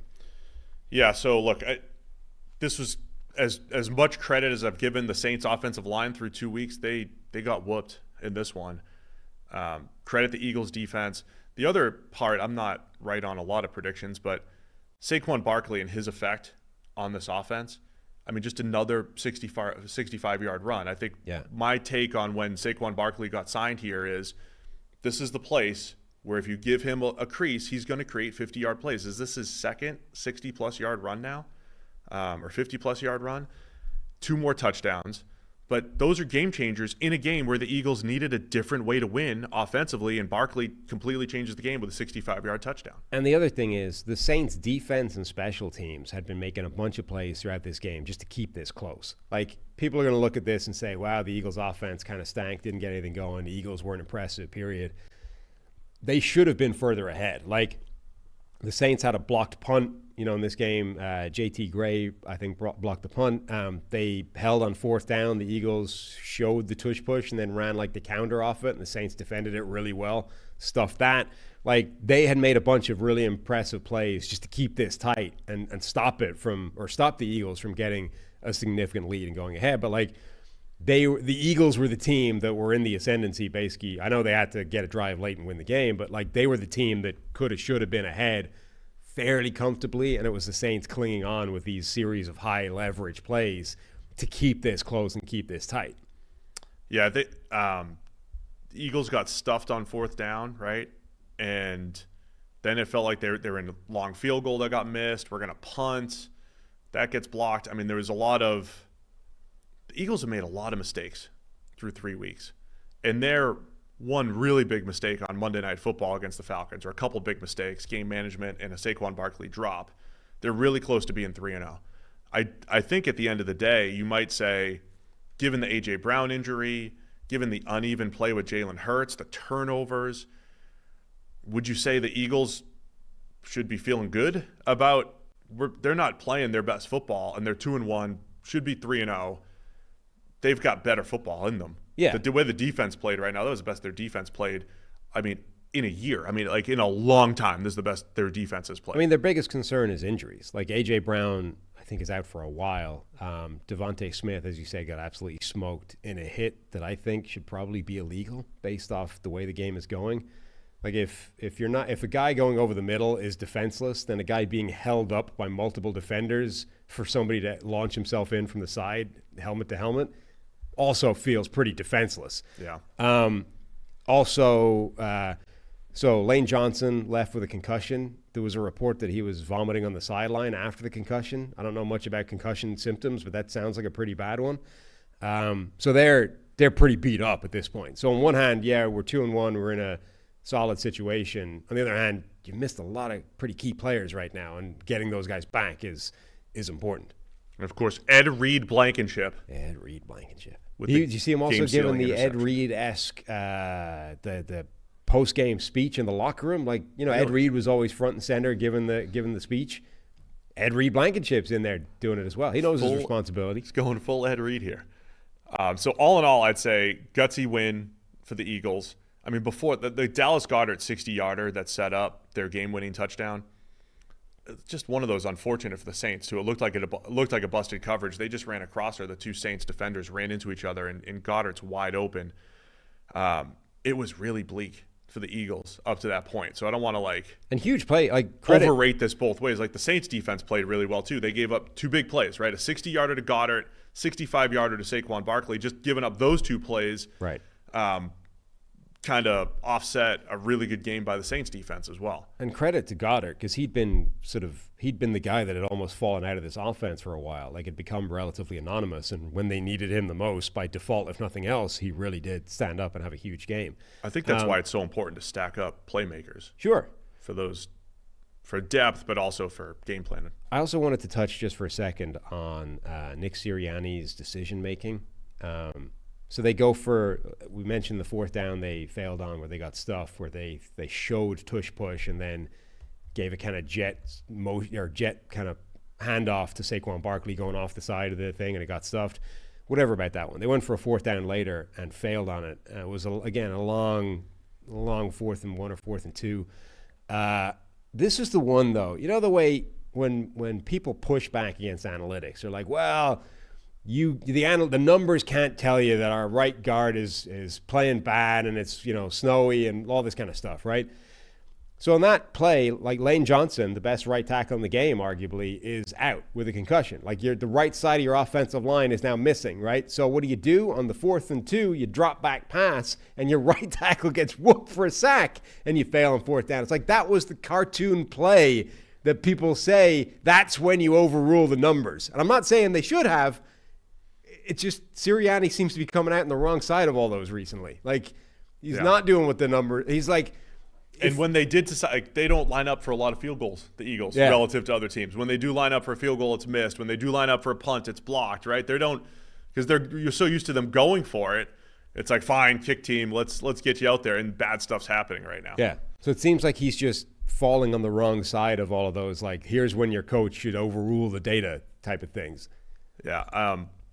So look, I try not to show up on a Monday morning like if the Saints had won 12-7, would be like, oh, gutsy win by the Saints, right? I mean, this one was close. It's really just a couple big plays that the Eagles made and the Saints didn't. Last thing I wanted to mention, the leader in the NFL in sacks through 3 weeks, Aiden Hutchinson, sacked the quarterback 7 times. Keon White is number 2, sacked the quarterback 5 times. You know number 3 is? Tied, admittedly. Will with McDonald? a few players. Yes, he's one of the players that's tied. And who else now? Cornerback Alante Taylor for the New Orleans Saints got his 4th sack in this game. Oh, he's at 4 now? Yeah, because he had 3 against Bryce Young. Yeah. You might not count Saints those. are dialing him up really well. It's working a lot. They might not count those Bryce Young ones. Nah, whatever. Point. They all count. All right. Are we on? Oh, shoot. I wasn't ready for this. Uh-oh. I got it. That's all the 1 I got PMs. Oh, look at this. We got a hard copy. To tell you about our friends over at... No. It's inverted. God, you can't have it. Oh, no. No. Solo shots ruining the whole thing. There it is. If you're listening, Steve's going to spend the next 30 seconds trying to point Prize Picks. Corner of the screen. Our friend over at Prize Picks. It's America's #1 daily fantasy sports app. Over 5 million active members. We really appreciate this partnership with Prize Picks here. Sam and I are going to be setting some lineups and playing. It's the easiest and most exciting way to play daily fantasy sports. All you do is pick more or less on a 2 to 6 player stat projection. Watch the winnings roll in right after that. They got a special deal in September. We'll talk about that in a minute here. But you can win 100 times your money on Prize Picks with as little as 4 correct picks. It's the best way to get action on sports in most states, including California, Texas, and Georgia. You can play alongside all sorts of celebrities like Sugar Shane O'Malley. That's my guy. Yeah? Yeah.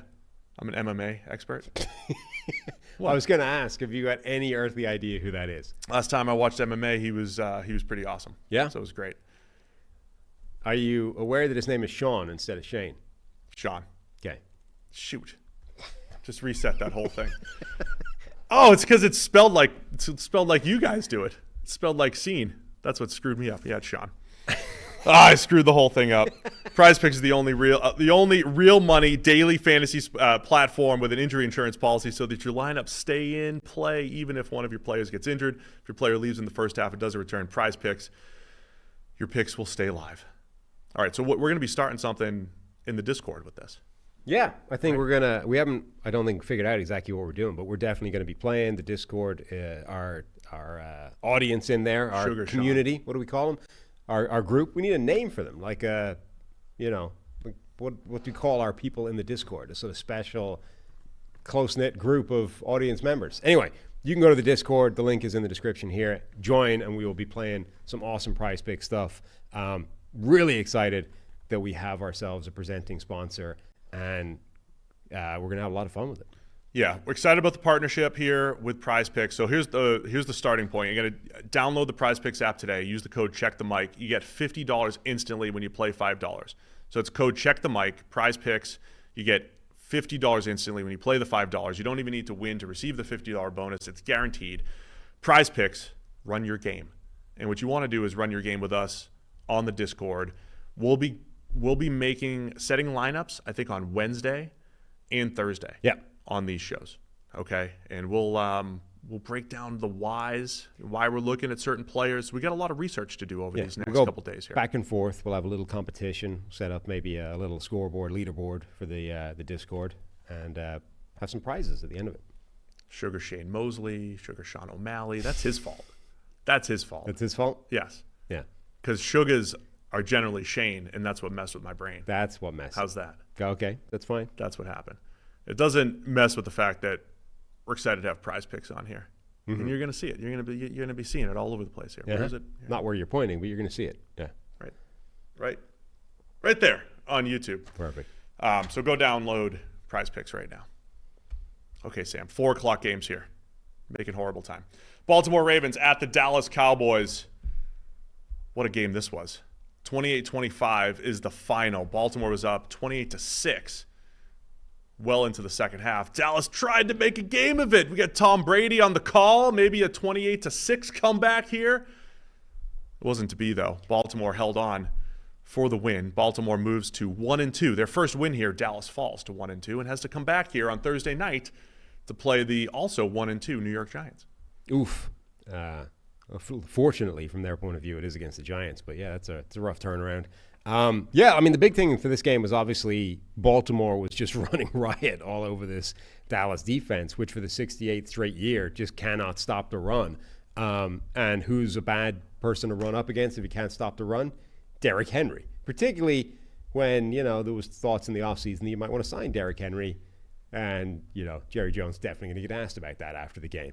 Derrick Henry, 25 carries, 151 yards, 100 of which came after contact, thanks to 7 broken tackles. Of course, Lamar Jackson's also going to chip in with some rushing as well. So the Baltimore Ravens end up with 274 rushing yards in this game. Dallas, by contrast, with 51. I thought the first drive of this game for the Ravens really set the tone. They went 5 plays, 71 yards. On 4 of those 5 plays, there was not a Dallas defender near a Raven for the first 10 yards. I mean, it was Lamar keeper for 12. They tackled Derrick Henry for 3 yards. That was a good play. And then Justice Hill goes off the end, off the edge for 17. Then Charlie Kolar, the tight end, wide open in the flat for 30 yards. And then Lamar Jackson walks in for 9. And I thought that set the tone, right? Dallas is coming off a game where they're completely pushed around by the Saints. And what can happen the next week is, they're all NFL players. And even if they're, guys like Mozzie Smith and their defensive tackles are struggling at the point of attack, in any given week, they could just play a little bit better. And it just didn't happen, though. I thought at times they looked better. But then there's a sequence in the second half, not to pick on Mozzie Smith. The defensive tackles for Dallas have been horrendous. But there are multiple plays early third quarter where Mozzie Smith, former first-round defensive tackle, is 6 or 7 yards off the ball. Osa Odigizua, is it Osa? No, it's not Osa. Odigizua, the other. It is Osa. Right? It is. See, mess with my head again with the other Odigizua. He's getting reached, and it's just like parting of the seas in the middle of this Dallas defense. Derrick Henry goes for 29. Mozzie gets washed out to the linebacker level again. Derrick Henry cuts back for a 26-yard touchdown. Dallas is, and then you see like Micah Parsons is just playing his heart out, trying to make some plays. He's shedding blocks. Like they put Micah Parsons into a phone booth game, right? He's at his best when Dallas is at the other end of these things, up by 3 scores, so he can, get after the quarterback and everything. He's doing everything he can, and other guys played hard as well.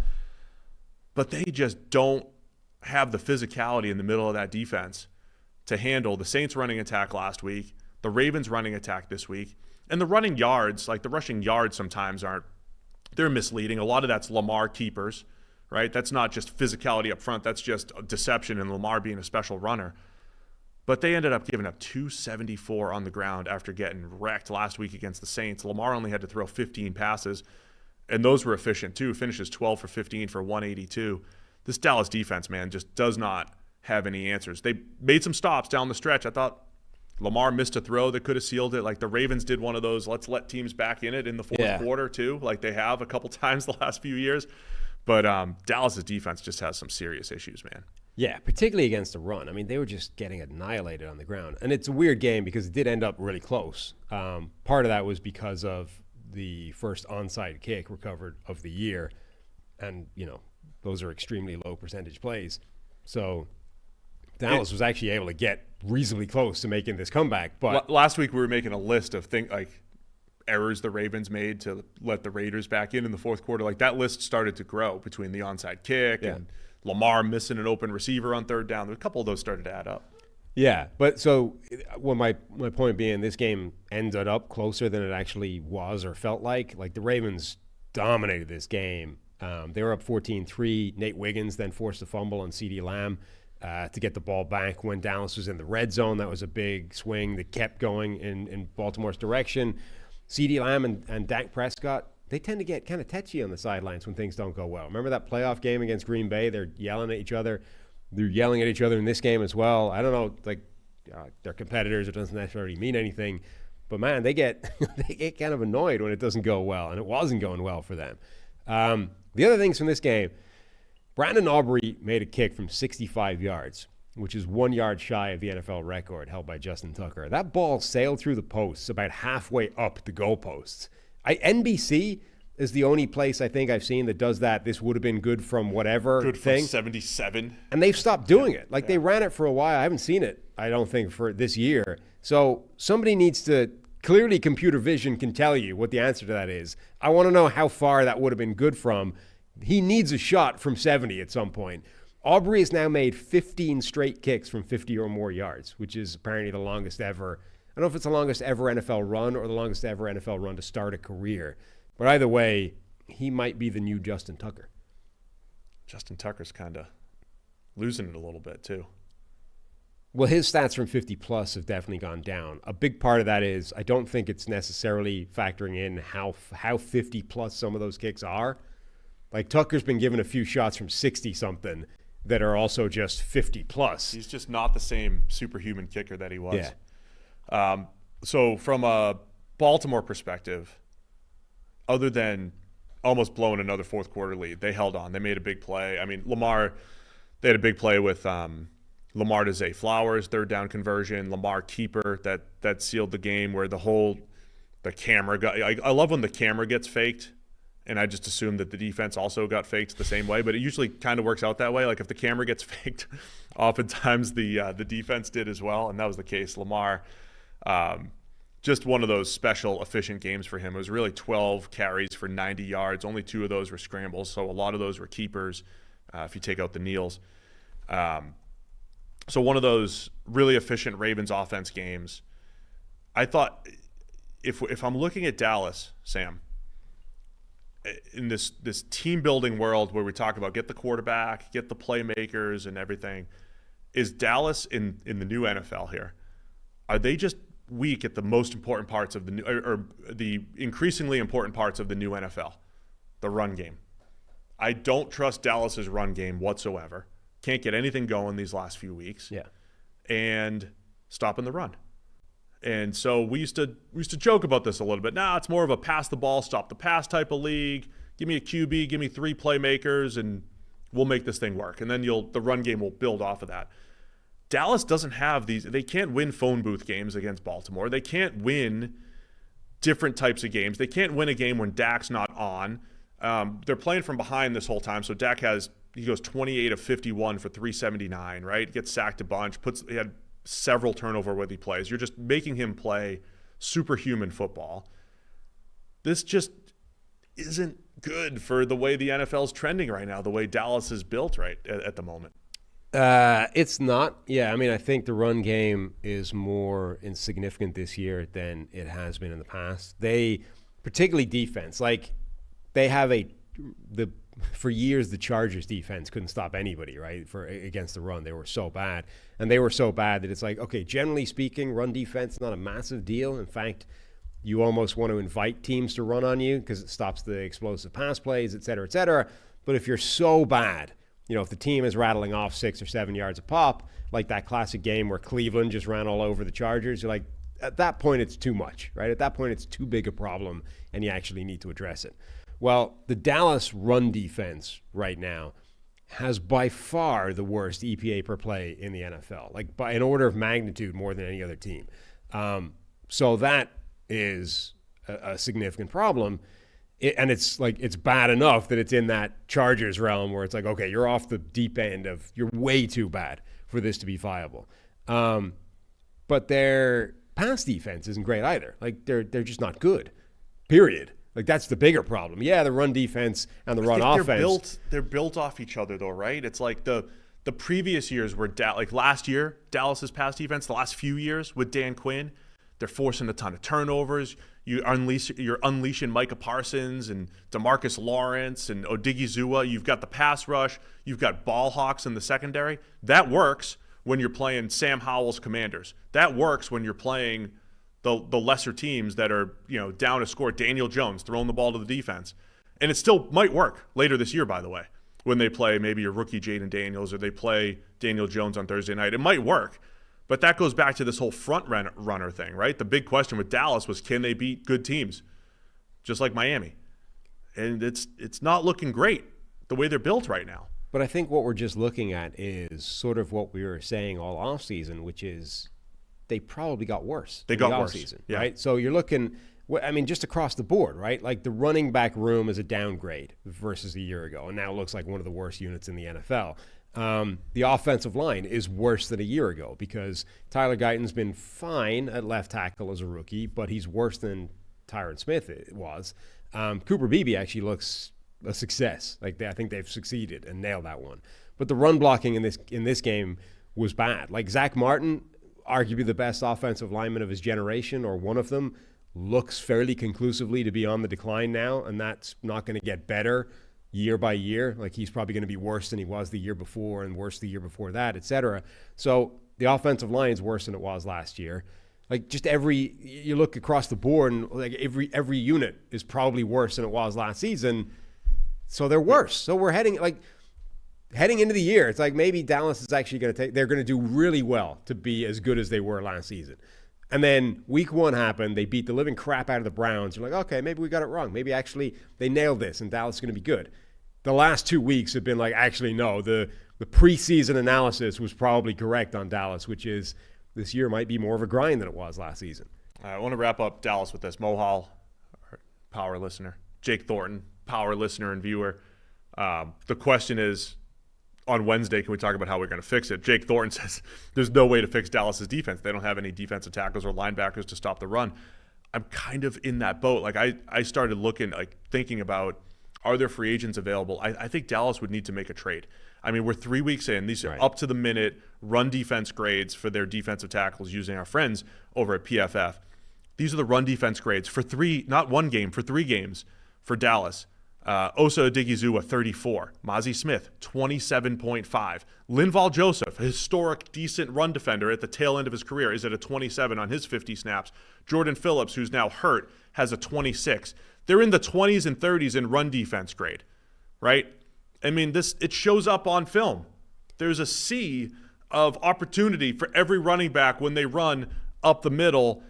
I don't know where the fix is because I don't think it's on the roster for the Cowboys. No. And to be clear, this is self-imposed. I mean, Jerry Jones was asked, hey, Derrick Henry, would that not have been a better option than the ghost of Zeke Elliott coming back for a second go-round? And he was like, we couldn't afford Derrick Henry. I mean, that's just not true.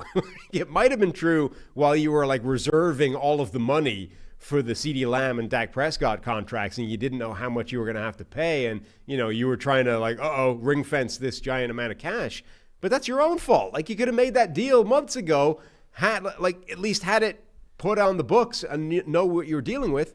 Dallas has plenty of cap space. They could have signed Derrick Henry. They could have afforded Derrick Henry, but they didn't. And now this is what you did. You created this. Your decisions brought you to this point. And I agree with you. The fixes for a lot of these things probably are not on the roster. So, yeah.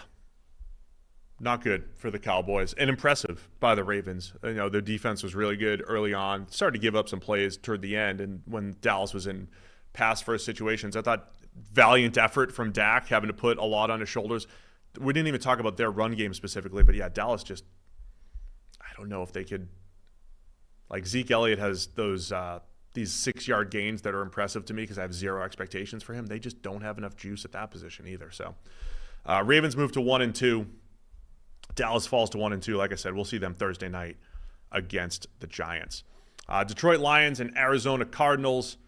Lions move to 2-1, 20-13 win over the Cardinals. Cardinals fall to 1-2. Lions finish with 187 yards on the ground, 105 from David Montgomery, 83 from Jahmyr Gibbs. Goff only needs to throw the ball 23 times, finishes 18 of 23 for $199, 2 scores and an interception.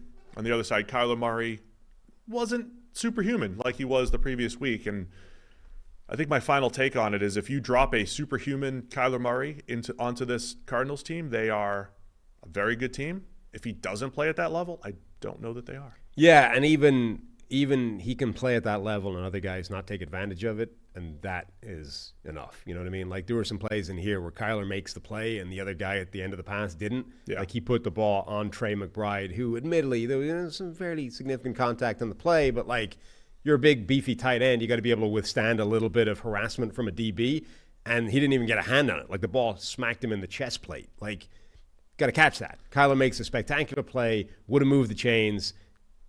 His receivers have got to come up with those plays. So I know the 2-minute warning controversy we'll talk about because the Lions win by 7, and that was potentially a big swing if you believe that was, not on the up and up. But right. My high-level takeaway on this game is the Lions are still a juggernaut as long as Jared Goff isn't getting out of his own way. As long as he's taking care of the ball. He had the one bad interception. Didn't see the Barbarian. Can't miss the Barbarian dropping into coverage. You got to be aware of where the Barbarian is at all times. But as long as Goff is taking care of the football, the Lions they're one of the 2 best teams in the NFC, right? Even with the loss to the Bucs. That's what they should be. Just Minnesota and Detroit. Minnesota, Detroit. The Cardinals, if Kyler Murray, and we talked about last week's game, and it was one of the most efficient games in recent NFL history. Big-time throws left and right, ton of rushing yards, flipping the field, and making plays against a Rams defense where it's like, sorry, Rams, you just can't defend that because Kyler Murray is just playing at a different level. If he's playing at that level, the Cardinals, like, who wants to face the Cardinals? But, yeah, that's tough to do every single week. It's impossible to do every single week. As soon as Kyler Murray comes back down to earth, you see Arizona, their run defense, they couldn't stop Detroit, don't rush the passer well enough, and just don't have enough if Kyler's not playing at that high level. So I think the Lions are a much better team, and you just need an incredible effort from Kyler and those playmakers to make things work. Yeah, I mean, so what was sort of strange is that both defenses, I think, played better than I was expecting them to in this game. Like the first half looked like the shootout I think we were anticipating it to be. I think it was 20-10 at the half, something like that. It's like, well, if you double that, you just, a full game of that. Now it's 40-20. That makes sense, right? Arizona couldn't really stop Detroit, and Detroit could stop Arizona enough to make it a fairly comfortable win. Basically, nobody scored in the second half. Like, defenses clamped down a little bit. Jared Goff doesn't see the Barbarian. Can't do that. So that was a sort of surprise, I guess, that the defenses on both sides, I mean, Arizona's in particular, were able to make some plays and, actually hold up for a while. Do you want to talk 2-minute warning play? I mean, I don't want to spend too much time on it because we don't, absent having seen in the stadium clock, it's difficult to. I thought it was overrated. I mean, there was a potential pick 6 there. They blew it dead, said that the Lions didn't get the snap off. The clock on the TV is not the exact clock, so it's probably okay. nothing. And I also thought that the whistle may have made some people stop. So right? Explain what happened. Goff snaps the ball. Yep. Throws what looks like is going to be a pick 6, and then they blow it dead, and they say, nope, the clock hit 2 minutes before the snap. Yes. And the TV time makes it seem like it was snapped at 2:01. Well, the TV then goes, okay, let's see. Oh, this doesn't look right. Let's see if this is real. And they put up the game clock, and do the slow-mo. Let's see if he got the snap off before the clock hit 2:00. And according to that clock, there was still a second up by the time the ball was snapped. Now, the question is, was that actually the same as the clock that was in the stadium, which is what they use? And there's no way of knowing that without somebody having shown the time on the clock. But it would be very stupid if the TV was using a clock that wasn't synced to the one, which I'm not saying they, might be true. They might be wrong, but it would be incredibly dumb to be like, let's look at this clock to analyze whether this was legit or not. Then you have the factor that because they thought it was the 2-minute warning had hit, whether or not they're right, when they blew the whistle, it definitely, I think, impacted a couple of Lions who stopped playing, which potentially means it's not like it was a clean interception that they've taken off. It's like the interception was potentially caused by a couple of Lions not playing the play because the whistle was gone. Like it's not that clean. And then the first play out of the 2-minute warning, I believe, was a huge run by Jahmyr Gibbs up the middle. And then Jared Goff hits coworker Amon-Ra St. Brown for a 1-yard touchdown. It was the hook and ladder play that set up the Lions hook and ladder. Amon-Ra lateral to Jahmyr Gibbs, who gets the touchdown. I forget how that works statistically here. Does Beautiful Jahmyr Gibbs play. get all the receiving yards? Yeah, I mean, it was like 06 Boise State, but just in the middle of the game. Beautiful play. Classic Kevin Kelly offense. You know, we had him on the show back when it was the PFF NFL podcast, and everyone knows him as the crazy coach that never punts, right? Always goes for it on 4th down. But he also uses a ton of laterals and basically rugby concepts in his offense. And I was like, this is pure Kevin Kelly offense. He's like, yep, ran it the first play of this year, and showed the clip of him running basically the exact same thing. Like this, I continue to believe that there's an incredible amount of meat left on the bone with plays like this. And this is the first one I think I've seen this year run. And also, that might be a bigger thing now that defenses are winning. Like maybe tap into this stuff. Think about that. If they're taking away explosive plays and all the defenders are back, I mean, it's basically just an option. It's an option play 10 yards down the field. Yeah. Like option principles 10 yards down the field. I mean, how do you manufacture an explosive play in a league that's taking them away? Well, stuff like this. Effectively misdirection in the passing game. And Detroit did it to a phenomenal effect. St. Brown's been huge the last couple of weeks after a quiet week 1, 7 catches for 75 and another touchdown. So the stat line for Jahmyr Gibbs is 0 receptions for 20 receiving yards. That's the problem with hook and ladder plays. It screws up the stats. The NFL doesn't know how to handle that. Which is unfortunate because the NFL is usually obsessed with making their stats make sense even when they don't. We were raving about Malik Neighbors. Marvin Harrison Jr. also a straight-up speed crossing route in the red zone for a 17-yard score. I don't know how long was the score. Was it 17? I just guessed. 10-yard score. Guessed. Well, I saw he had a longest 17. Screwed it up.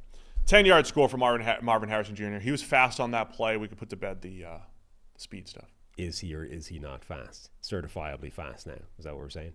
It was a 20-mile-an-hour play from Marvin Harrison Jr. Yeah. I mean, that was, a good example. Like, he ran away from people in that play, or at least didn't give up ground when he was running. Remains, I think, inconsistent, it would be fair to say. You know, whereas Neighbors has been basically spectacular outside of a couple of drops. Harrison has been a little bit hit or miss. There's some really good plays. That was a pretty good play. They seem weirdly disconnected, and Kyler Murray on back shoulder stuff. Back shoulder again, yeah. He got his hands on one and looked like he was trying to keep his feet in when he didn't necessarily need to. There was some awkwardness. They haven't been on the same page on back shoulder throws for the entire season, which is only notable because they keep throwing them. In the pick that Kyler threw, which again I thought you're into Lions territory in early third quarter, he just kind of heaved a jump ball. Kirby Joseph is an absolute ball hawk on the back end, makes a nice play on the interception. That just wasn't on. It wasn't open other than like, hey, go let Marvin Harrison Jr. go make a play. Those things I thought added up for Arizona, not making the special plays that they made the previous week and, couldn't pull the upset. And then as much as we've maligned Jared Goff and his self-destruction so far this season, late in the game, Arizona's trying to come back. Goff strike to Amon-Ra St. Brown on 3rd and long basically seals the game. Didn't quite, but that was a really nice throw and catch. And he picked up a first down with his legs. Yeah. Which did actually seal the game. I thought Goff, by far his best game. We were just joking about that one play because I had to highlight the Barbarian. But Goff played a really clean game other than that one. That one interception. All right, got no more use for that game. San Francisco 49ers and the Los Angeles Rams. Rams get the win 27-24 to move to 1-2. Niners fall to 1-2. An incredible comeback by the Rams. They were down 14-0. And 24-14. 24-14 into the fourth quarter, mind you. So a 10-point fourth quarter comeback. Kyron Williams with a 4-yard touchdown to tie it at 24. And then the Rams with the game-winning field goal with just 5 seconds left in the fourth quarter. Yeah, which again, so you're like, how... Couple big plays to get to that point. So you're like, how on earth did San Francisco lose this game? I mean, they were, number one, heading into the game, you're like, everybody's hurt, right? Both teams are missing, like, massive players of significance across the board. But you're like, the Rams are more hurt than the 49ers. And the 49ers have better people still remaining. And that's kind of what it looked like. Like, Jordan Mason was running hard again, was making a lot of big plays. Juwan Jennings, now that he's got opportunity, is making a ton. They still have Brandon Ayuk there to, even if he's not making a huge impact statistically, he's there. Like, he's affecting the game. You can't, like, switch off. That's why Jennings was getting a ton of his success, because Brandon Ayuk is getting a lot of attention. Don't gloss over Juwan Jennings' game, by the way. No, I'm not. But I'm saying, you know, it would be, you could easily look at this and be like, oh, where was Brandon Ayuk in this game? You know, he's supposed to be the one guy they've got left. Well, Brandon Ayuk was having a big effect in this game. He absolutely wrecked Tre'Davious White deep in the game. Tre'Davious White, I think, defensive hold, I think is what they called her. Well, I think he held and pass interfered. Like, he penalized, he was. They gave him the 5. I think there was just a 5. Yeah, but he did 2 illegal things on that play, having been absolutely destroyed by Brandon Ayuk off the line, and that obviously. Therefore, there's no stats for Brandon Ayuk in that play. So Ayuk was still a big factor in this game. Point being, they had receivers, the Rams didn't. The 49ers should have been comfortably ahead in this game and were, and then conspired to blow it late in the game. And the 33rd Team Twitter account tweeted, Sunday's loss to the Rams was Kyle Shanahan's 5th loss in which the 49ers led by at least 10 points in the fourth quarter. This is now...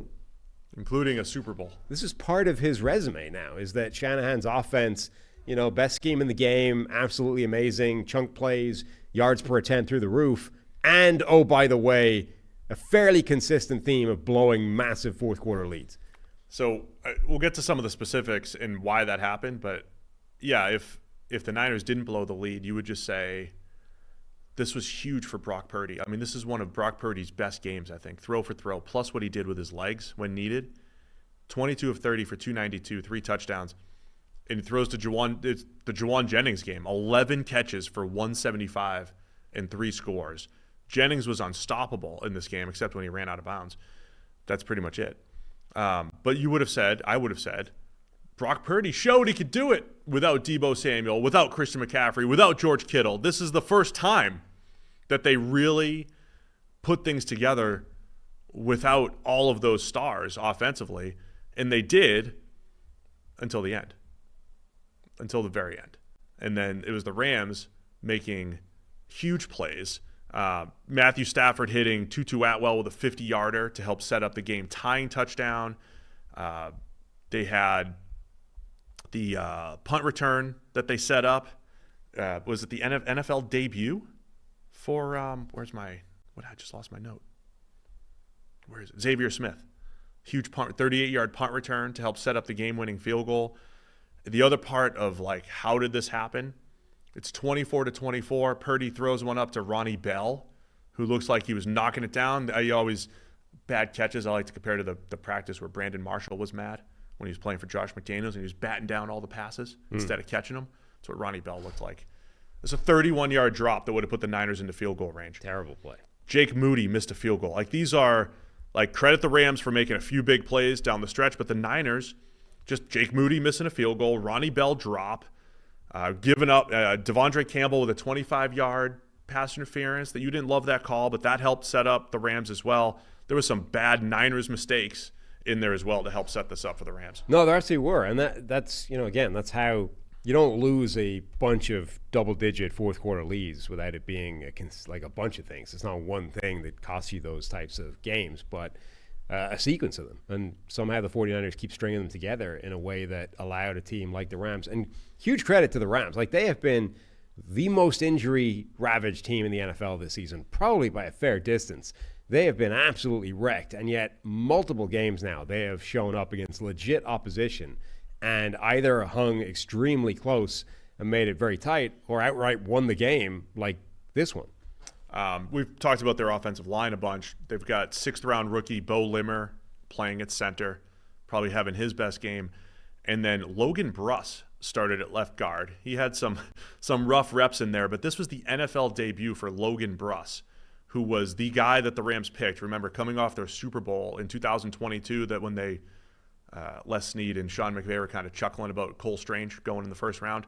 Bruss was their first pick that year at pick 104, was supposed to step in and play guard, and hasn't seen the field between injuries and lack of performance. Finally sees the field and actually did contribute quite a bit from a run game perspective, had a few nice blocks, those duo blocks and everything. I just thought that was an interesting story and kind of shows where the Rams are. Logan Bruss, who's struggled to see any kind of time and even make the team, is forced into the lineup and holds his own in his NFL debut in his 3rd year after being a 3rd-round pick. But yeah, credit the Rams with all the injuries and everything that they've done. Stafford has a penchant for those fourth-quarter comebacks, even though the Niners were a big part of it, and he put them in position to win. And Kyron Williams just continues to be awesome, man. Yeah, he's looked beautiful great. Route on that, the little option route on Fred Warner. As you said, we need to give Juwan Jennings appropriate credit. Malik Neighbors went and absolutely mossed a dude. Juwan Jennings did the same thing in this game as well. He had a huge game. And, by the way, could have had himself a game-winning touchdown. The pitchy, woo-woo rugby play at the end. Yeah. Right at the end, Do you have the all-22? Do you have it all fired up right now? Who's 64? Is it Brendel?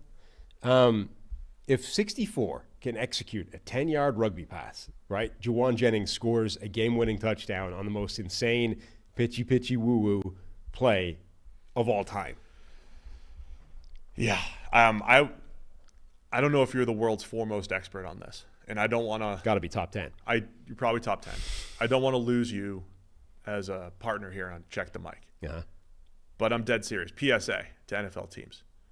I would look to someone like Sam for advice on pitchy woo-woo plays, on adding general lateral-esque plays to your offense.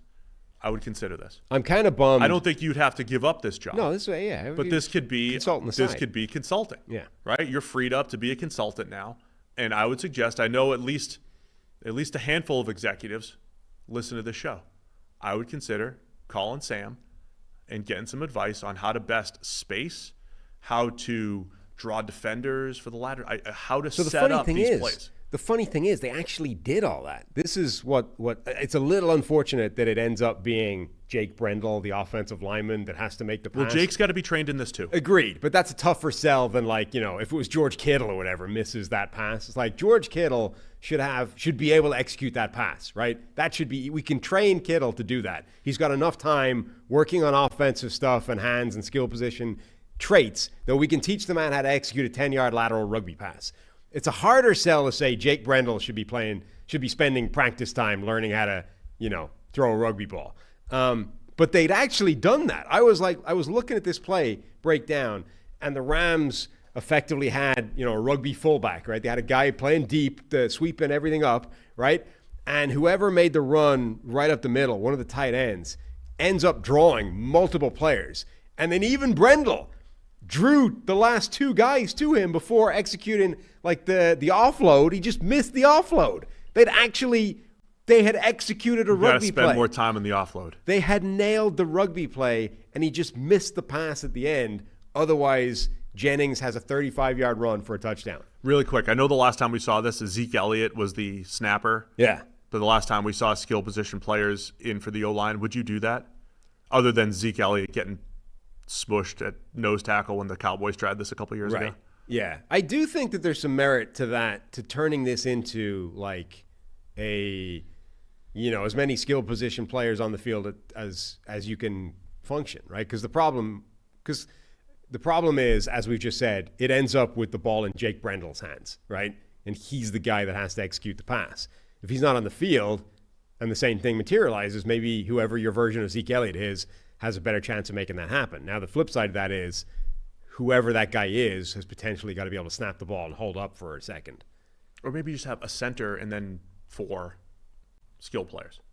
Right, but you do that, they're going to put, the point is whoever is there on the offensive line has to be able to at least survive for like a second and a half for the ball to get out. Yeah.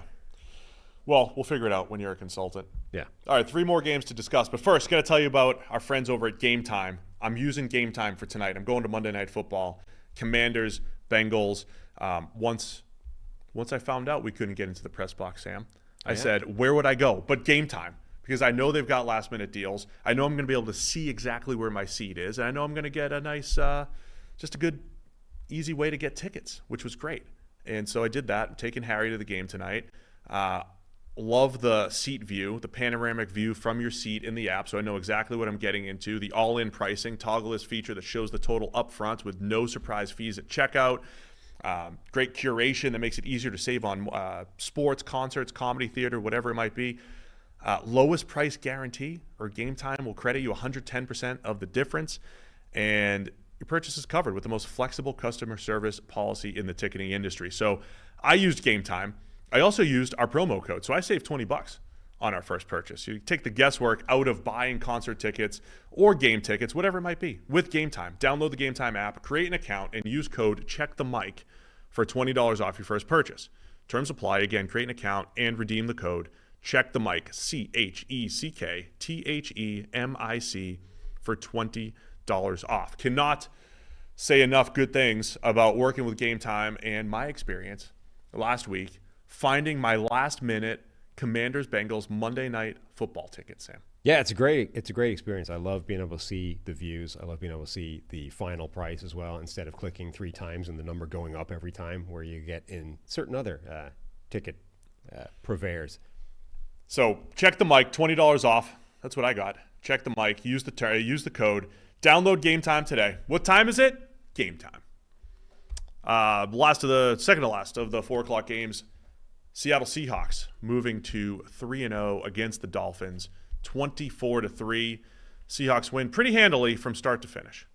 Yeah, they do. It turns out that Skylar Thompson is in fact still Skylar Thompson, rather than a completely different human, as Mike McDaniel was trying to argue headed into this game. Now, it's not all his fault, but as you said, look, you change Tua with the fastest time to throw in the NFL since he's been starting there in that offense with Skylar Thompson, and you end up with different results. Yeah, the offense looks different. I mean, he got sacked 5 times. The average time to throw was still right over 3. I mentioned that before in the preview show, that Skylar Thompson's average time to throw historically is about half a second longer than Tua's, and we can debate all day how much of Tua's statistical output is thanks to Tyreek Hill and Jalen Waddle and Mike McDaniel, and there's truth in all of that. There's also truth in Tua has run this offense better than Skylar Thompson, better than Teddy Bridgewater, who on paper, should be a guy that you could just plug in and say, hey, throw to Tyreek, throw to Waddle, create some big plays. Tua has been by far the best Dolphins quarterback under Mike McDaniel over the last 3 years, because we've seen a few of the backups. And so it's just a completely different offense. And, the run game didn't get going whatsoever for Miami, so they just didn't really have a chance to make a lot of plays offensively. Seattle's defense now, 3rd straight week against Bo Nix, Jacoby Brissett, and Skylar Thompson. That's a thing, right? I mean, it's not the best run of quarterbacks. Bo Nix's debut, Jacoby Brissett, Skylar Thompson filling in, but Seattle's pass defense has been incredible. The offense was a little uneven in this one, but made some big plays when they needed. 71-yard touchdown to DK Metcalf. Zach Charbonnet ran hard again, found 2 really good tight red zone runs, weaving through to find the end zone. So Seattle survives and advances, and they now have a 2-game lead across every team in the NFC West, because they're 3-0. Every other NFC West team is 1-2. Yeah, and most importantly of all, obviously, kept me alive in the Survivor pool, in the Discord. Kept you alive in Survivor. Which is critical. Zach Charbonnet, I thought, was fantastic in this game. Like you had sort of said, look, there's a difference when they have Kenneth Walker out there versus when they have to lean on Charbonnet. Theoretically, that was supposed to give them this amazing backfield, this thunder and lightning combination, and Charbonnet hadn't really been the player that he was expected to be so far. This was that guy. Like, he ran hard. He was decisive. 9 broken tackles so far on PFF's first run data. We'll see what that number ends up being, but ton of yards after contact, busting through tackles. Like, this looked like college Zach Charbonnet. I have a stat here from Dante Koplowitz Fleming, researcher for the NFL and Good Morning Football. Okay. Seahawks are the first team to start 3-0 and allow fewer than 150 passing yards in each game since the 1979 Steelers.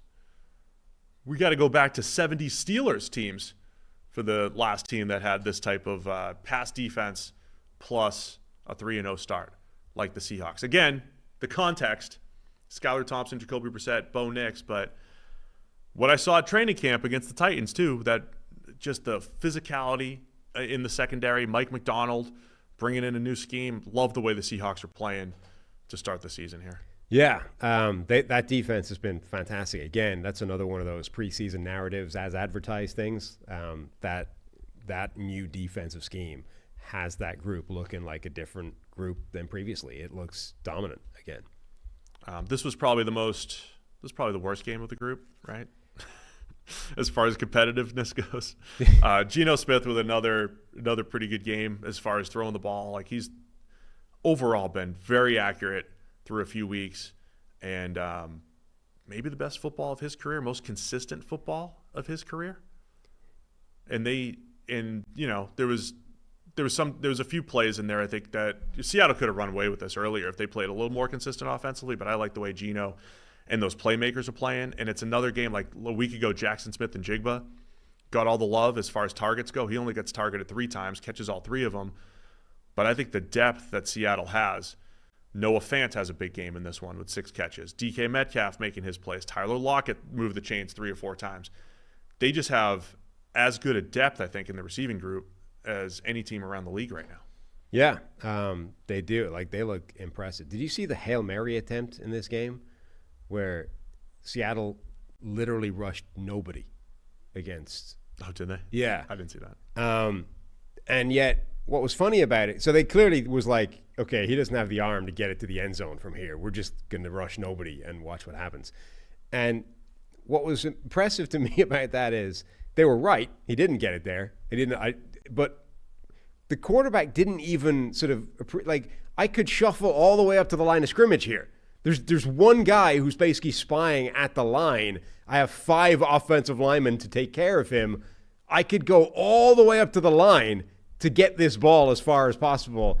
And instead, he's just like bouncing around back in what the pocket should be. You're like, there's 5, 6, 7 free yards you could get there. NFL teams hire Sam as a zero rush pocket manipulation coach and Hail Mary specialist. Yeah. I'll show you how to do it. No offense to Seahawks and Dolphins fans, but I got no more use for this game. It's Red Rifle time. Yes. Carolina Panthers get their first win of the season. 36-22 over the Las Vegas Raiders. Walt wants us to skip this game. No. Diehard Raiders fan in the chat. Both teams 1-2 now. Panthers moved to 1 game out in the NFC South. Huh. Okay. Just saying, with the Bucs and Saints losing, the Panthers are just 1 game back. I mean, look. With a lot of division play to be played here. On a serious note, the Panthers look transformed. I mean, even the defense was making plays in this game. But most importantly, obviously, is the offensive, not just revival, but different. Complete and total breakout. I mean, I felt sorry for Bryce Young in this game because every Andy Dalton pass attempt makes him look worse, right? It's like, okay, quite early on, it became pretty clear that, yeah, you were the problem because Andy Dalton looks good. Janko had to put the comparison. But Dalton looked amazing. And it's like, and what's really problematic from Bryce Young's point of view is so did everybody else. Like, it not only was Dalton good, but the entire team looked completely transformed. So in this season, remember, of like all the numbers are down. Passing is down, offense is down, quarterbacks are down. Andy Dalton is now the first and only quarterback in the NFL this season to throw for 300 yards and 3 touchdowns. Andy Dalton, that's your guy. That's it. The Red Rifle. So, I mean, we're not going to spend a lot of time on what this means for Bryce Young, but we've mentioned it before. Last year, Dalton came in. The offense looked completely different. Every excuse that you would have made for Bryce Young, you're just like, well, Andy Dalton has the same team and it looks completely different, right? Yeah. And then this week it happened the same. The thing that was consistent was the 3rd straight solid pass blocking grade for the Panthers, the the third, I mean, I'll have to look it up. The third straight, let's call it green or good grade for the Panthers in pass blocking. I don't think we've seen that in probably 5 years from Carolina. So it is different to last year, because last year I think you can look at that and say, all right, that was a terrible situation that I think a veteran is just much more able to handle than a rookie, right? This year, it's different because the situation I think is actually not nearly as, it's actually fine. And the veteran is just able to show you that, right? Like you have seen the offensive line through 2 games of Bryce Young has been fine. It's just that Bryce Young was making it look terrible by taking sacks every couple of minutes. Andy Dalton comes in and the offensive line remains fine, and suddenly it's the platform for all the passing game and 400 and something yards of offense and et cetera, et cetera. And then it's like, okay, the receiving core, we theoretically upgraded that. We've got a guy that can get open at all times, and Deontay Johnson, you couldn't tell because Bryce Young couldn't do anything and was just taking sacks. As soon as Andy Dalton comes in, we get 13 targets, 8 catches, 122 yards for Deontay Johnson. He is open all the time. He's making a bunch of big plays. He had the standard obligatory Deontay Johnson drop in there as well. It could have been more. Gotta do it. But like Deontay Johnson looks good. Xavier Legette makes a big play with a catch and run that hasn't been on his tape any so far with Bryce Young. Adam Thielen is still capable of making spectacular catches. All these upgrades that we made have been upgrades. You just couldn't tell because of Bryce Young. Like, regardless of what it means for his future, it's just an indication that, like, this was why he needed to be sat down, because immediately we've established a completely different baseline for the rest of the team. And now they can look at this and say, all right, actually everything we did in the offseason probably was significant. Yeah, man. I thought Carolina's offense looked fast and explosive. Chuba Hubbard was outstanding. He had 5 catches, 4 of them went for first downs. There's a beautiful throw from Dalton to Adam Thielen for a touchdown. I know Thielen came up injured coming out of that, but everything that we said about this team on paper, the Deontay Johnson, like adding help for Adam Thielen, who seemingly was the only guy who could get open and was mostly against zone last year. Adding Deontay Johnson.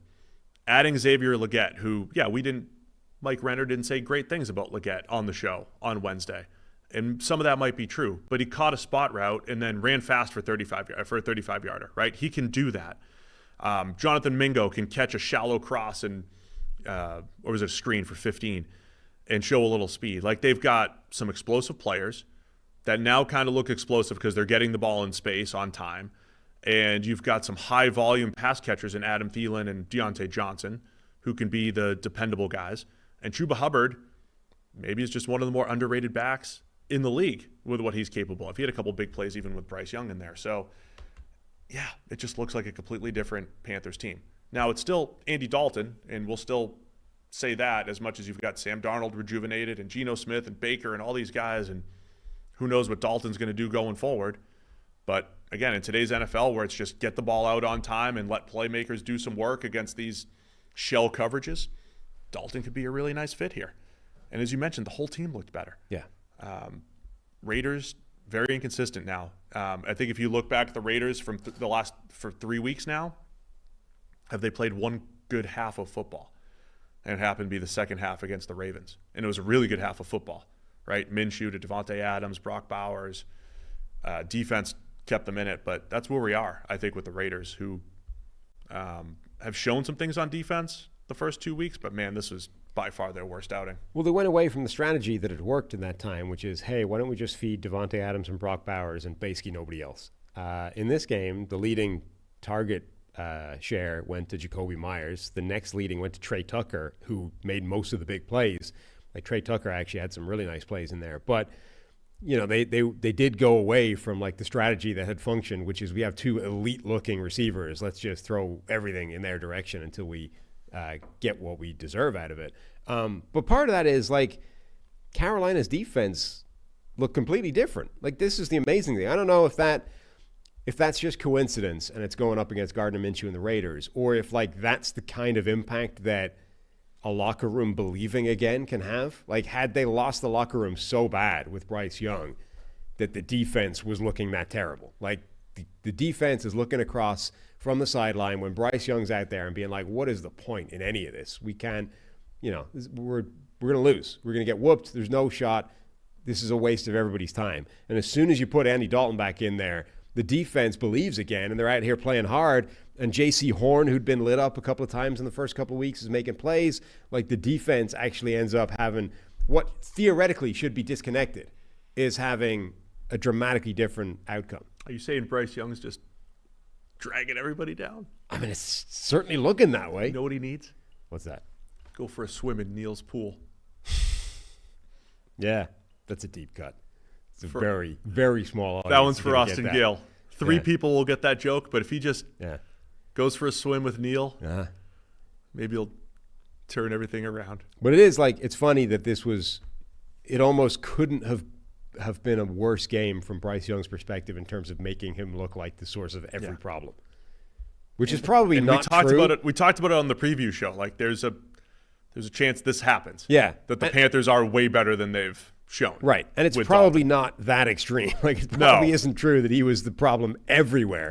The Raiders' defense also might be way worse than we But thought you as do well. come out of the game with that impression, right? Yeah. Did you see Antonio Pierce's comments about business decisions? No. He said late in the game there were some players on the Raiders that were making business decisions out there, and maybe they might have to make some business decisions of their own going forward. There you go. Can't wait to see what happens there. I do kind of feel like the problem is less the second half and more like the first half, you know? Like, the problem was less like the game is done, you're getting whooped. Okay, making business decisions late in the game like that, I kind of understand. My problem would be more what happened in the first half of the game when we were just getting wrecked.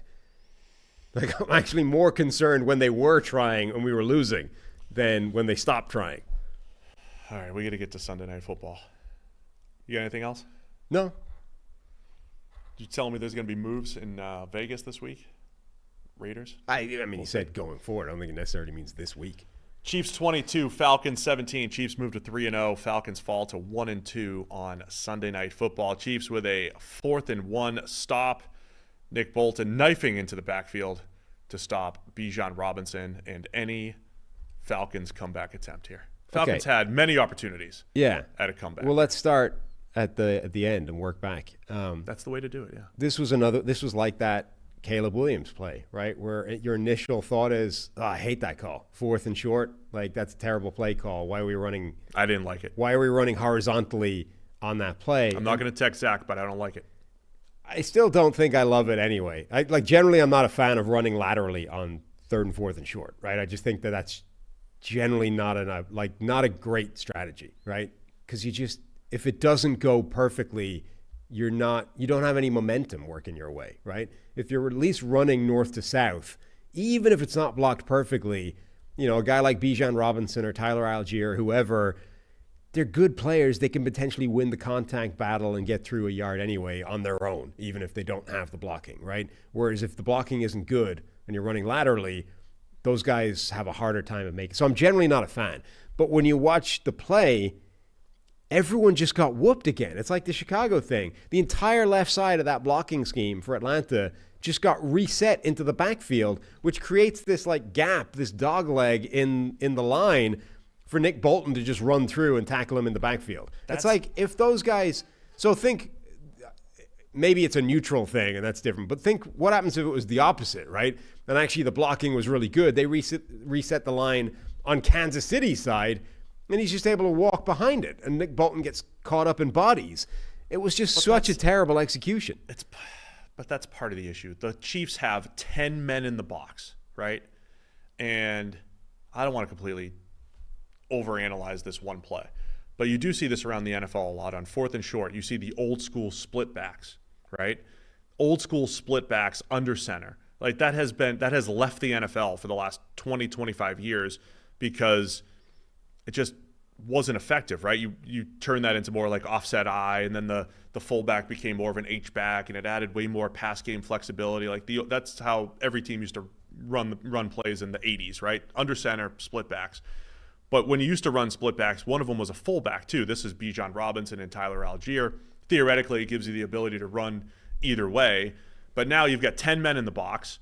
Kirk Cousins isn't a threat as a runner, obviously. You're running wide. So now you're already a man down because it's 10 on 10. Take out the quarterback. So it's 10 on 9 Chiefs. And your lead blocker is Tyler Algier. So now he can't. That's not his game. He's not a lead blocker. So now it's 10 on 8, right? And so just the numbers. And you're running wide, and it's 4th and 1. And, man, if you just can run if Cousins could sneak, that's the play. But I don't trust him just pushing off on his Achilles. I mean, I texted so you're just limited. I texted you at the time, you should put in Penix for a sneak. Like, just send in the guy that has a functioning Achilles. The one good thing the Browns are doing is putting Jameis in to sneak and just making sure that they pick those up. And we've seen this from the Jags have done this okay. The Eagles have just having a 4th down package, right? Where the sneak is a big part of it. You have A-gap sneaks, you have B-gap sneaks, you have C-gap sneaks. That's number one, where you're reading the defense. And then off of that, you have some wide runs. This was just never on against the Chiefs. So, I mean, this is the least of everything. Like, the Falcons had other opportunities. Cousins missed Pitts in the end zone, London in the end zone. Maybe there was pass interference on Kyle Pitts on the 3rd down, the previous possession. But the Falcons had a lot of opportunities to upset the champs. Yeah. I mean, I take your point that the 10 guys in the box, you're kind of setting yourself up for failure, whatever you're doing. But that's also a reason that a sneak is a problem, that a run up the middle is a problem. Like, that's a problem that's a reason that a run is a problem. Like, could you take that? Could you pull that right back into spread it out then, right? You go spread it, and then, like, spreading to run instead of bringing everybody in. Even just pulling out the T formation that they had in the goal line, that worked earlier in the game. I mean, if faced with the formation, which again is sort of self-inflicted, right? Like, Atlanta voluntarily chose to go out there with 1 wide receiver, 2 tight ends, 2 running backs. Like, they're the ones, their personnel dictated 10 guys left the line of scrimmage, right? If you want to get really creative off the back of that, what you do is, it's a Kirk Cousins naked bootleg, but there's no way they trust him to do that, and he probably doesn't make it anyway because he can't move. I watched that too. Like, they would have had that covered. Like, if he pulled it, Chiefs defense played that well. Well, except the Chiefs defense, there's no way they would have even factored. Like, it would have been like the Peyton Manning. Remember that Denver play where he faked out the entire defense and, like, waddled his way into the end zone? Because nobody is giving him any credit for making that play. But anyway, my point being, 10 guys at the line is a problem. However, when you look at the execution of the actual play design, they were man for man on the front side of this, right? They had a blocker for every single Chiefs defender there. It's just that every one of them lost. All 4 of the actual blockers got beat and reset into the backfield. And then because of that mess, Tyler Algier ran clean past the hole that Nick Bolton was about to materialize in. Right. And then Bolton just gets Bijan behind the line of scrimmage dead to rights. But, it's one of those ones where it's like, how much of that was a bad play call, and how much of that is 4 or 5 guys got whooped in the execution, just like Chicago's thing, so the play was dead on arrival. It's just another one of those games, though. Like, if you're trying to upset the Chiefs have now won 3 games, beat the Ravens by 7, Bengals by 1, Falcons by 5. Every game came down to the last play, right? Isaiah Likely, a toe out of bounds, Bengals, a pass interference, a walk-off field goal, and then this one, 4th and 1 stop, where the Falcons have their 2nd straight series in range to score a game-winning touchdown, right? And in another game where, Mahomes and the passing attack weren't great. They did a pretty good job running the ball with Carson Steele filling in for Isaiah Pacheco, but Mahomes throws another interception to Justin Simmons, which is incredible. In the red zone again, just like what happens when Simmons was with the Broncos. The fact that the Chiefs are winning games without a great passing attack, again, 2nd straight week, is just another testament to just how good they are as a team now, how good that defense is, making plays at key times and relying on other people so it's not just Mahomes. Yeah, so he threw the interception, having attempted to throw one previously that Mike Hughes wasn't able to make in the end zone. Mahomes didn't have a good game at all. But this is... Ray Rice did. Rashee Rice. My gosh. Dude, my names. When you get into the 3-hour mark. Or we just get this... We got to get out of here in 2 minutes. Is that correct? More or less, yeah. Tyler going to punch us if we don't? Yeah, pretty much. Rashee Rice was outstanding. Rashee Rice is fantastic. Yards after the catch, fantastic. Travis Kelce remains AWOL. Not a great game for Mahomes, but again, I think it's probably a good thing for Kansas City. They're winning these games. They're coming down to the final play.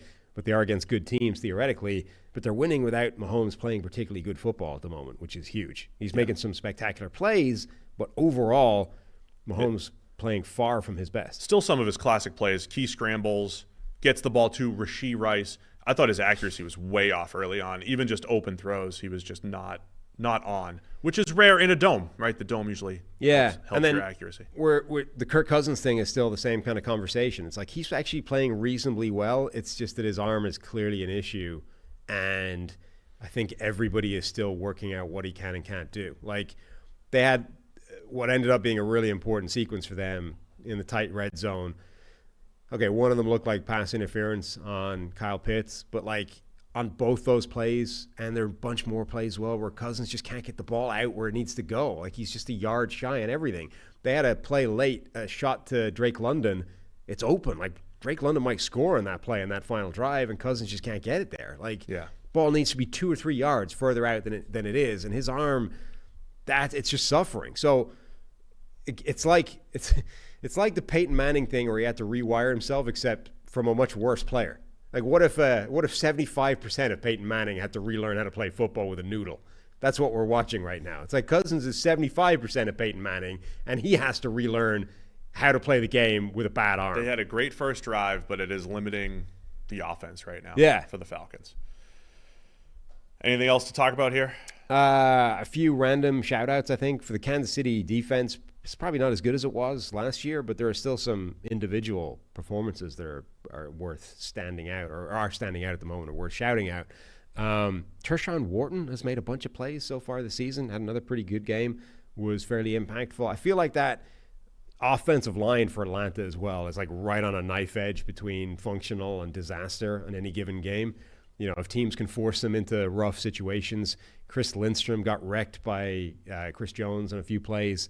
Just generally that offensive line, I think, is right on the borderline of like, if you can keep in good, like kind of like the Saints, right? If they can keep ahead of the game script and get them in good situations, they're good. If you get into 3rd and 9 regularly, they've got problems. All right, so Chiefs move to 3-0. Falcons, man, we didn't leave enough time for your Arthur Blank takes. Oh, no. Arthur Blank putting himself in the Ring of Honor. Let me tell you about Manscaped first, and you just make sure you have those, and we'll get out of here. Yeah. All right, Manscaped. Performance Package 5.0.